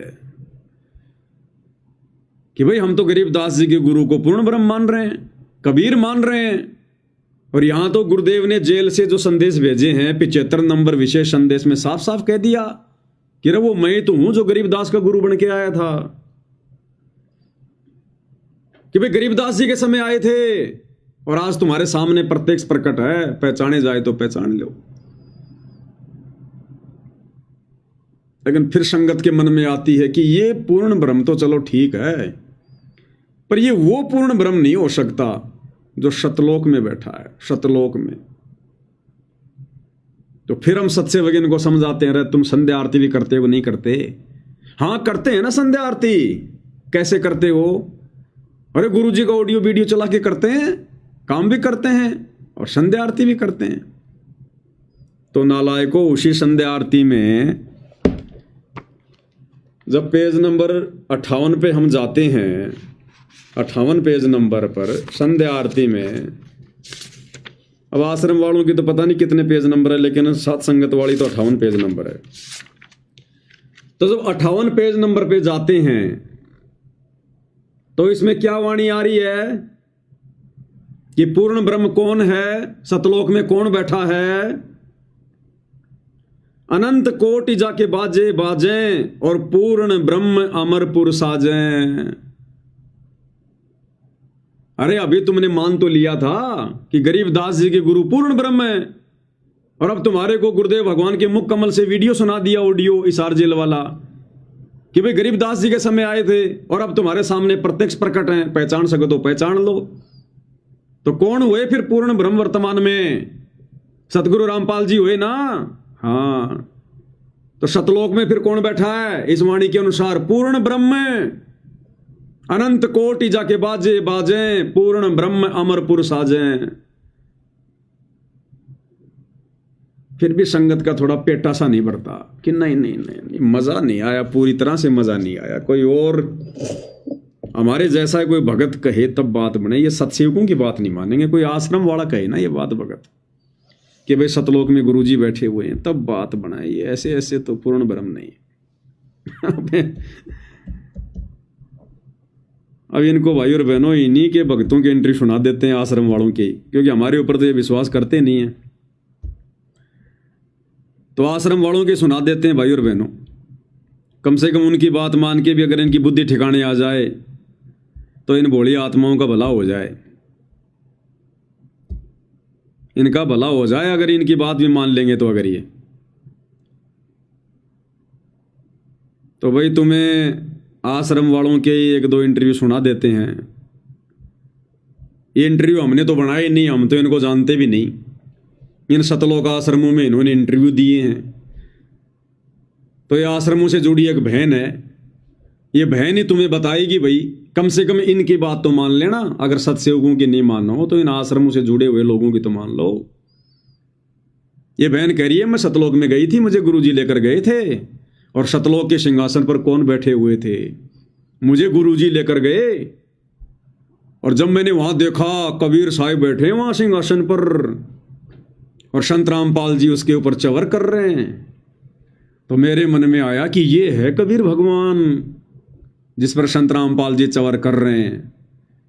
फिर मैं क्या देखती हूं, वो कबीर भगवान दाढ़ी मूंछ वाला जिसको मैं कबीर मान रही थी वो खड़ा हुआ, और संत रामपाल जी सिंहासन पर बैठ गए, और उसके बाद में वो दाढ़ी मूंछ वाला कबीर संत रामपाल जी पे चवर कर रहा है, और थोड़ी देर बाद में दाढ़ी मूंछ वाला संत रामपाल जी के अंदर समा गया, अकेले संत रामपाल जी बच गए। फिर मेरी आंखें खुली, ओहो ये तो संत रामपाल जी पूर्ण परमात्मा है, कबीर जी हैं। महाराज जी ने मुझे कबीर साहिब जी के सिंहासन के पास ले गए, और वहां पर बंदीछोड़ गुरु रामपाल जी महाराज जी कबीर साहिब के सिंहासन के साइड में खड़े हो गए, और मैं उनके सामने कबीर साहिब के सामने खड़ी थी। तो क्या हुआ, देखते ही देखते क्या हुआ कि बंदीछोड़ सदगुरु रामपाल जी महाराज कबीर साहिब के शरीर में समा गए, और फिर अकेले कबीर परमात्मा रह गए। फिर कबीर परमात्मा का शरीर बंदीछोड़ सदगुरु रामपाल जी महाराज जी के रूप में चेंज हो गया। गया। फिर बंदी छोड़ सदगुरु रामपाल जी महाराज जी कबीर साहब के रूप में चेंज हो गए। फिर तब मुझे वहां पर समझ आया कि जो बंदी छोड़ सदगुरु रामपाल जी महाराज जी हमारे बीच यहाँ धरती पर रह रहे हैं, यही खुद कबीर परमात्मा है और यही भगवान है जिसे मैं बचपन से तलाश रही। धन्यवाद बहन जी, मंदबुद्धियों को समझाने के लिए। अगर समझ जाएंगे तो भाई ये सतलोक आश्रम से जुड़ी हुई बहन है। इंटरव्यू देने वाली भी तुम्हारी बहन, इंटरव्यू लेने वाले भी तुम्हारे भाई, और इन इंटरव्यू को तुम टीवी चैनलों पर चलाते हो। और फिर भी तुम्हें यदि यकीन नहीं है कि ये बहन जो कह रही है वो सही होगा, तो फिर ये सत्संग सुनना छोड़ दो। फिर ये इंटरव्यू टीवी चैनल पर क्यों चलाते हो? क्यों भक्तों का पैसा बर्बाद करते हो? फिर तुम, जब तुमने विश्वास ही नहीं है इन इंटरव्यू पर, क्यों फिर भक्तों का पैसा बर्बाद कर रहे हो? क्यों तुम अपने समाज से बर्बाद कर रहे हो? क्यों फिर तुम ये भक्ति कर रहे हो? तो क्लियर कर दिया इस बहन ने। ऐसे बहुत सारे इंटरव्यू मेरे पास में, हर बार सुनाता हूं आप भाई बहनों को कि सतलोक के सिंहासन पर कौर बैठे हुए हैं। तो ये सारी बातें देख के फिर इन आश्रम वालों को भाई और बहनों इतनी तो समझ में आ जाती है कि भाई दाल में कुछ काला है, दाल में कुछ काला है। इतना सब कुछ देखकर ये कंफ्यूजन वाली स्थिति में आ चुके हैं आश्रम वाले। कंफ्यूजन कि भाई वास्तव में असली कबीर ये ढाडी मूछ वाला है या असली कबीर संत रामपाल जी हैं। तो ये कंफ्यूजन वाली स्थिति में आ गई। अभी ये क्लियर अभी भी नहीं है, कंफ्यूजन वाली स्थिति में है। एक सत्संग में गुरुदेव भगवान ने बताया, सत्संग में बताया या शायद वैसे, दो व्यक्ति थे, पुराने समय की बात है। दो व्यक्ति थे बेचारे, गांव से वो एक बार दिल्ली चले गए, दिल्ली। अब दिल्ली जाते जाते उनको रात्रि हो गई, शाम हो गई। अब शाम के समय तो बाजार वगैरह धीरे धीरे बंद होने लगे जाते हैं। तो तकरीबन सर्दियों का टाइम था, 7:30-8 बजे के आसपास वो ट्रेन से दिल्ली उतरे। और दिल्ली उतरते जैसे ही वो, पहली बार गए थे बेचारे, गांव में रहने वाले थे, ज्यादा जानकारी थी नहीं उनको। जैसे ही स्टेशन के बाहर निकले तो बाहर निकलते उन्होंने क्या देखा, एक आदमी अमरूद बेच रहा है। अब गांव में बेचारे सूखी सूखी रोटी खाने वाले, साग सब्जी खाने वाले, अंग्रेजों के जमाने की बात, इतनी गरीबी। तो उसने वो हरे हरे अमरूद देखकर रेडी पर और पूछा कि भाई साहब ये क्या है? तो उस आदमी को उस रेडी वाले ने बताया कि अमरूद हैं। अमरूद? हाँ बोले अमरूद। उसने रट्टा मार लिया, अमरूद अमरूद। कि गांव वाले पूछेंगे, उनको बताना भी तो पड़ेगा ना, तो क्या क्या देख के आया दिल्ली में। थोड़ा सा आगे गया तो एक आदमी हाथी लेकर जा रहा था। उसने देखा, अरे ये क्या है भाई, हमारे गांव की भैंसों से भी बड़ा, ऊंट से भी बड़ा, ये क्या है भाई? उसने पूछा, अरे भाई ये क्या है? बोले हाथी है, हाथी। हाथी? बोले हाँ हाथी है ये। और ज्यादा अंधेरा हो गया। वो बेचारा जहां गया था अपना काम धाम करके, रात को ही वापस ट्रेन में बैठ के गांव आ गया। अब भाई और बहनों, साल 6 महीने बाद में एक महावत अपना हाथी लेकर उस गांव में चला गया। गांव गांव जाता था वो मांगने के लिए कि लोग इस हाथी को देख देख के, इसको गणेश जी का अवतार मान मान के, क्योंकि पहले बहुत ज्यादा भोले थे लोग, शिक्षा थी नहीं। ऐसे कोई हाथी आ जाता था, उसके सूंड के हाथ लगा लगा के जय महाराज, जय हो गणेश जी, जय हो गणेश जी, अनाज वगैरह पैसे वगैरह दे दिया करते थे। तो पहली बार उस गांव में हाथी आया, पहली बार, गांव वालों ने भी नहीं देखा कभी जिंदगी में। अब जो महावत हाथी लेकर आया तो गांव वाले एक बार तो डर गए कि भाई ये क्या सांग आ गया। लेकिन जब देखा इसके ऊपर एक आदमी बैठा हुआ तो थोड़ी उनको हिम्मत बंधी कि है तो कोई कंट्रोल में चीज ये। अब गांव वाले यूं देखे उसके, लेकिन समझ में क्या हुआ, क्योंकि पहले कभी देखा हुआ नहीं। और महावत ये देख रहा कि भाई ये लोग अचंबा मान रहे हैं, क्योंकि गांव में पहले कभी हाथी आया नहीं। तो एक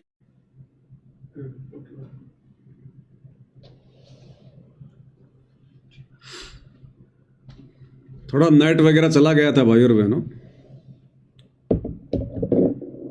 तो गांव वालों ने जब हाथी को देखा तो ये आश्चर्यचकित रह गए कि ये क्या आ गया, ये क्या आ गया। लेकिन जब हाथी के ऊपर महावत को देखा कि एक आदमी बैठा हुआ है, थोड़ी शांति आई कि है तो चीज कंट्रोल में ये। अब लोग समझ नहीं पा रहे ये है क्या।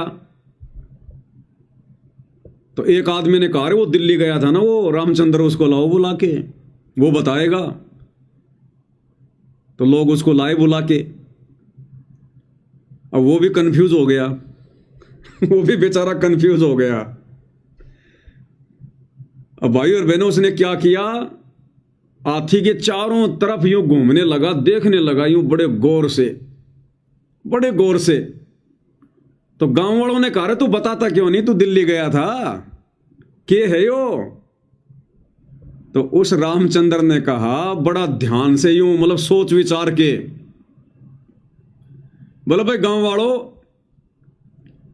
100% तो ये हाथी है, 100% तो ये हाथी है।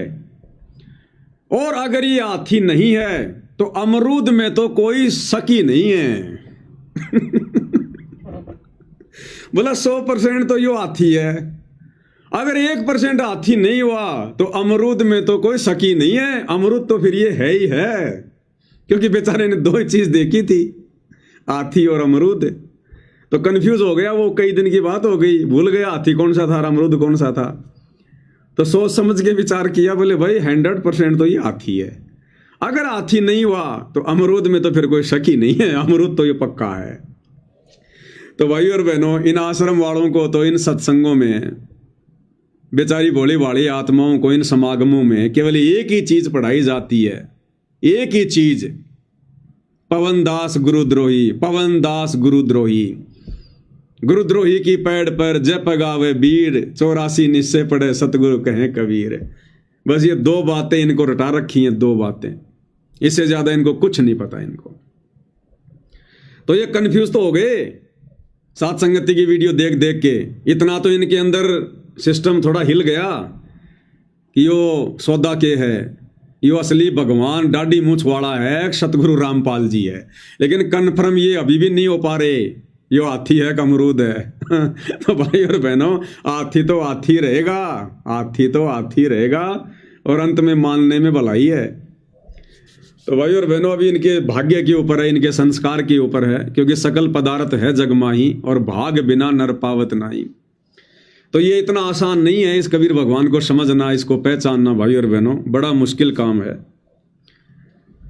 अब ये तो अपनी मान बड़ाई में फंसे हुए हैं भाई और बहनों, देखा देखी में फंसे हुए हैं। और परमात्मा अपनी वाणी में क्या कहते हैं ये मान सम्मान के भूखे लोगों के लिए, कि ये मान गुमान छोड़ मेरे मनवा, तत्व भेद तब दर्श है। ये मान गुमान छोड़ मेरे मनवा, मान यानी सम्मान और गुमान यानी अभिमान, अहंकार। गुरुदेव के आदेश हैं परमात्मा के कि मान गुमान छोड़ मेरे मनवा, तत्व भेद तब दर्श है। कि जब तक तेरे अंदर से ये मान सम्मान की चाहत, ये अहंकार और मान बढ़ाई नहीं जाएगी, तब तक तुझे तत्व ज्ञान समझ में नहीं आएगा, तुझे सतगुरु के भगवान के रूप में दर्शन नहीं होंगे, तो अपने जैसा मानुष ही मानेगा।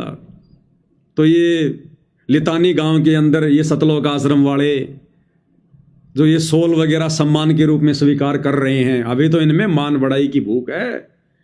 इन्होंने पकड़ भी कैसे लिए, वो सोल पकड़ भी कैसे लिए। चलो गांव वाले तो भाई उनको तत्व ज्ञान नहीं है, उन्होंने तो ये सोचकर भैया इन्होंने हमारे गांव की मदद की है, इनका सम्मान करो। कोई और मदद करते हो तो उनका भी सम्मान करते। लेकिन तुम लोगों ने वो चद्दर अपने हाथों में कैसे पकड़ ली?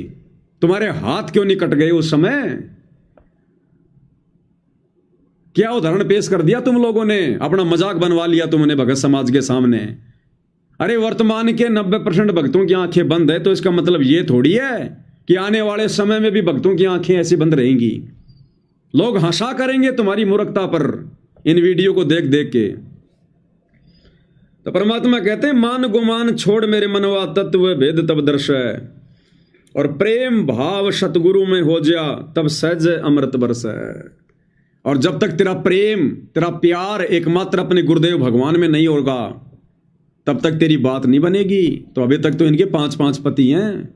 दाढ़ी मूंछ वाले कबीर जी जून के महीने में उसको पति मान के उसका प्रकट दिवस, फिर गरीबदास जी का बोध दिवस मनाकर उसको अपना पति मना लेते हैं। इनके दरबार में फिर दादा गुरु की फोटो रखी रहती है, वो इनका पति, क्योंकि दंडवत करते हैं सबको। पंडित चिदानंद जी जिसकी शकल नहीं देखी, जिसका कोई सत्संग नहीं सुना, उसकी भी दरबार में फोटो लगा रखी है, वो भी इनका पति। 4 और बीच में संत रामपाल जी को बैठा रखा है। तो इनके तो 5 पति हैं। इनका प्रेम भाव कहां से उपजेगा सतगुरु में। और जिन्हें सार शब्द पाया नहीं वो शतलोक जानने तरस है। सार शब्द यानी सतगुरु की पहचान है, सतगुरु की पहचान है।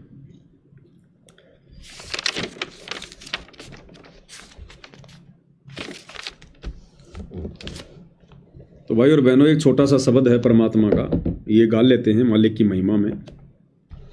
खुलासा इसका पहले हो चुका है परमात्मा जी के आशीर्वाद से। बंदी छोड़ सतगुरु रामपाल जी परमेश्वर जी की जय हो। मुक्ति का मार्ग जोर है, कोई देखो सत्संग करके। मुक्ति का मार्ग जोर है, कोई देखो सत्संग करके। कोई देखो सत्संग करके, कोई देखो सत्संग करके। मुक्ति का मार्ग जोर है, कोई देखो सत्संग करके। सत्संग किया था बजरंगी ने मुनिंदर जी के संग में। सत्संग किया था बजरंगी ने मुनिंदर जी के संग में। कहें मुनिंदर सुनो हनुमाना, तुम उलझे झूठे रंग में। कहे मुनिंदर सुनो हनुमाना, तुम उलझे झूठे रंग में। ये 30 करोड़ राम हो जालिए जीत जीत के जंग ने। ये 30 करोड़ राम हो जालिए जीत जीत के जंग ने। देखा सतलोक नजारा था, विधि पूछी पैर पकड़ के। विधि पूजी पैर पकड़ के, विधि बूझी पैर पकड़ के। मुक्ति का मार्ग जोर है, कोई देखो सत्संग करके। मुक्ति का मार्ग जोर है, कोई देखो सत्संग करके। जोग जीत के सत्संग में एक दिन आ गए कागभूषंडा। जोग जीत के सत्संग में एक दिन आ गए कागभूषंडा। मुझे ऐसा मार्ग नहीं मिला, मैं फिर लिया नौखंडा। मोहे ऐसा मार्ग नहीं मिला, मैं फिर लिया नौखंडा। उपदेश लिया फिर सुमरण कीन्या, तब मिट्या काल का दंडा। उपदेश लिया फिर सुमरण कीन्या, तब मिट्या काल का दंडा। वो कर अधीनी बंदगी सतगुरु चरणा के मां पढ़ के। सतगुरु चरणा के मां पढ़ के, सतगुरु चरणा के मां पढ़ के। मुक्ति का मार्ग जोर है, कोई देखो सत्संग करके। सत्संग किया था परमेश्वर ने पक्षी राज गरुड़ से। सत्संग किया था परमेश्वर से पक्षी राज गरुड़ ने। कह सत शुक्रत के स्वाद बताव यो गूंगा खाक गुड़ ने। कह सत शुक्रत के स्वाद बताव यो गूंगा खाक गुड़ ने। अकड़ घनी थी ज्ञान की, फिर लागी गर्दन मुड़ने। अकल घनी थी, अकड़ घनी थी ज्ञान की, फिर लागी गर्दन मुड़ने। शत उपदेश लेवे सतगुरु जी से, तब सूरत अगम को सरक, तब सूरत अगम को सरक, तब सूरत अगम को सरक। मुक्ति का मार्ग जोर है, कोई देखो सत्संग करके। मुक्ति का मार्ग जोर है, कोई देखो सत्संग करके। साहिब कबीर ने नानक जी से कही अगम की वाणी। साहिब कबीर ने नानक जी से कही अगम की वाणी। कह नानक मैं तो वाको मानो, जिसकी ज्योत स्वरूप निशानी। कह नानक मैं तो वाको मानो, जिसकी ज्योत स्वरूप निशानी। नानक जी भी इसी बात पे अड़ गए थे कि मैं नहीं मानता किसी और को भगवान, मैं तो उसी को मानूंगा जिसकी ज्योत स्वरूप निशानी, जो मेरे ध्यान में ज्योतियां ज्योतियां आती है, प्रकाश ही प्रकाश आता है। वैसे ही भाई और बहनों, ये नादान सतलोक आश्रमों से जुड़ी संगत सात संगति के अभाव में अड़ी हुई है कि हम तो उसी को भगवान मानेंगे, परमात्मा मानेंगे जो दाढ़ी मूछ वाला है, हम नहीं मानेंगे संत रामपाल जी को। कह नानक मैं तो वाको मानूं, जिसकी ज्योत स्वरूप निशानी। देखी सतलोक की चांदनी, तब ज्योति फीकी मानी। देखी सतलोक की चांदनी, तब ज्योति फीकी मानी। वाहे गुरु सतनाम कहा था, उन गणी उमंग में भर के। उन घणी उमंग में भर के, उन घणी उमंग में भर के। मुक्ति का मार्ग जोर है, कोई देखो सत्संग करके। मुक्ति का मार्ग जोर है, कोई देखो सत्संग करके। ब्रह्मा विष्णु महेश ने किया सत्संग गरुड़ के साथा। ब्रह्मा विष्णु महेश ने किया सत्संग गरुड़ के साथा। तीनों देवानु कहन लगे, हम सर्वलोक विधाता। तीनों देवा न्यू कहन लगे, हम सर्वलोक विधाता। गरुड़ कहे ये बालक मर गया, इसे जीवा द्यो दाता। गरुड़ कहे ये बालक मर गया, इसे जीवा द्यो दाता। नहीं जिया तब कहन लगे, ये तो हाथ परम ईश्वर के। ये तो हाथ परम ईश्वर के, ये तो हाथ परम ईश्वर के। मुक्ति का मार्ग जोर है, कोई देखो सत्संग करके।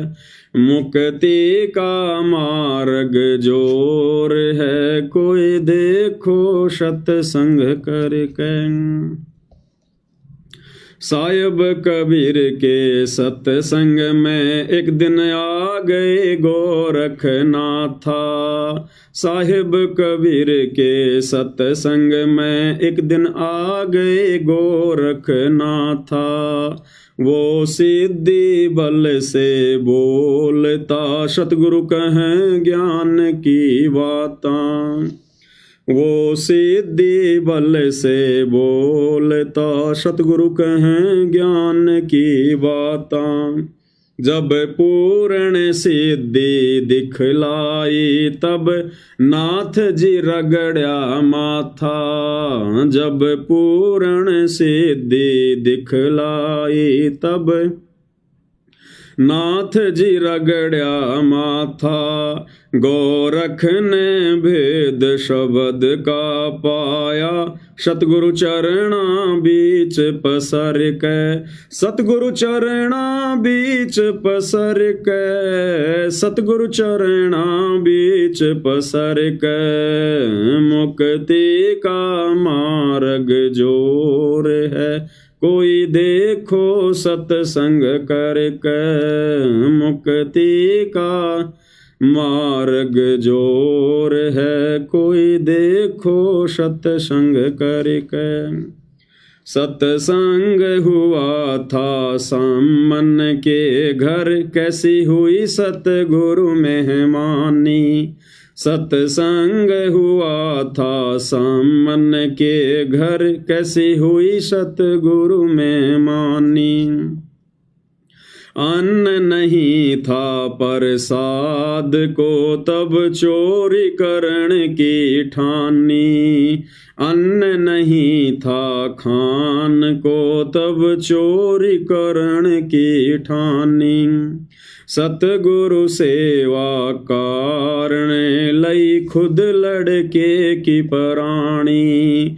सतगुरु सेवा कारण लई स्वयं लड़के की प्राणी।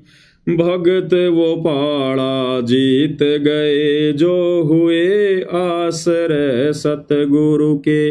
जो हुए आश्रय सतगुरु के। जो हुए आश्रय सतगुरु के। मुक्ति का मार्ग जोर है कोई देखो सत्संग करके।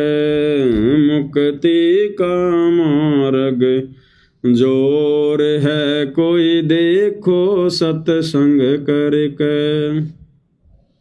ये मान गुमान छोड़ मेरे मनवा तत्व भेद तब दर्श।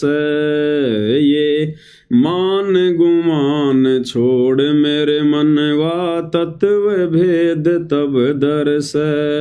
प्रेम भाव सतगुरु में हो जा तब सहज अमृत बरस। प्रेम भाव सतगुरु में हो जा तब सहज अमृत बरस। जिन सार शब्द पाया नहीं वो सतलोक जानने तरस। यानी जिसको सतगुरु की पहचान नहीं हुई उसको कहते हैं सार शब्द पाना। जिन सार शब्द पाया नहीं वो सतलोक जानने तरस। कहें कबीर मुक्ति को पाले हरदम सतगुरु नाम सुमर के। हरदम सतगुरु नाम सुमर के।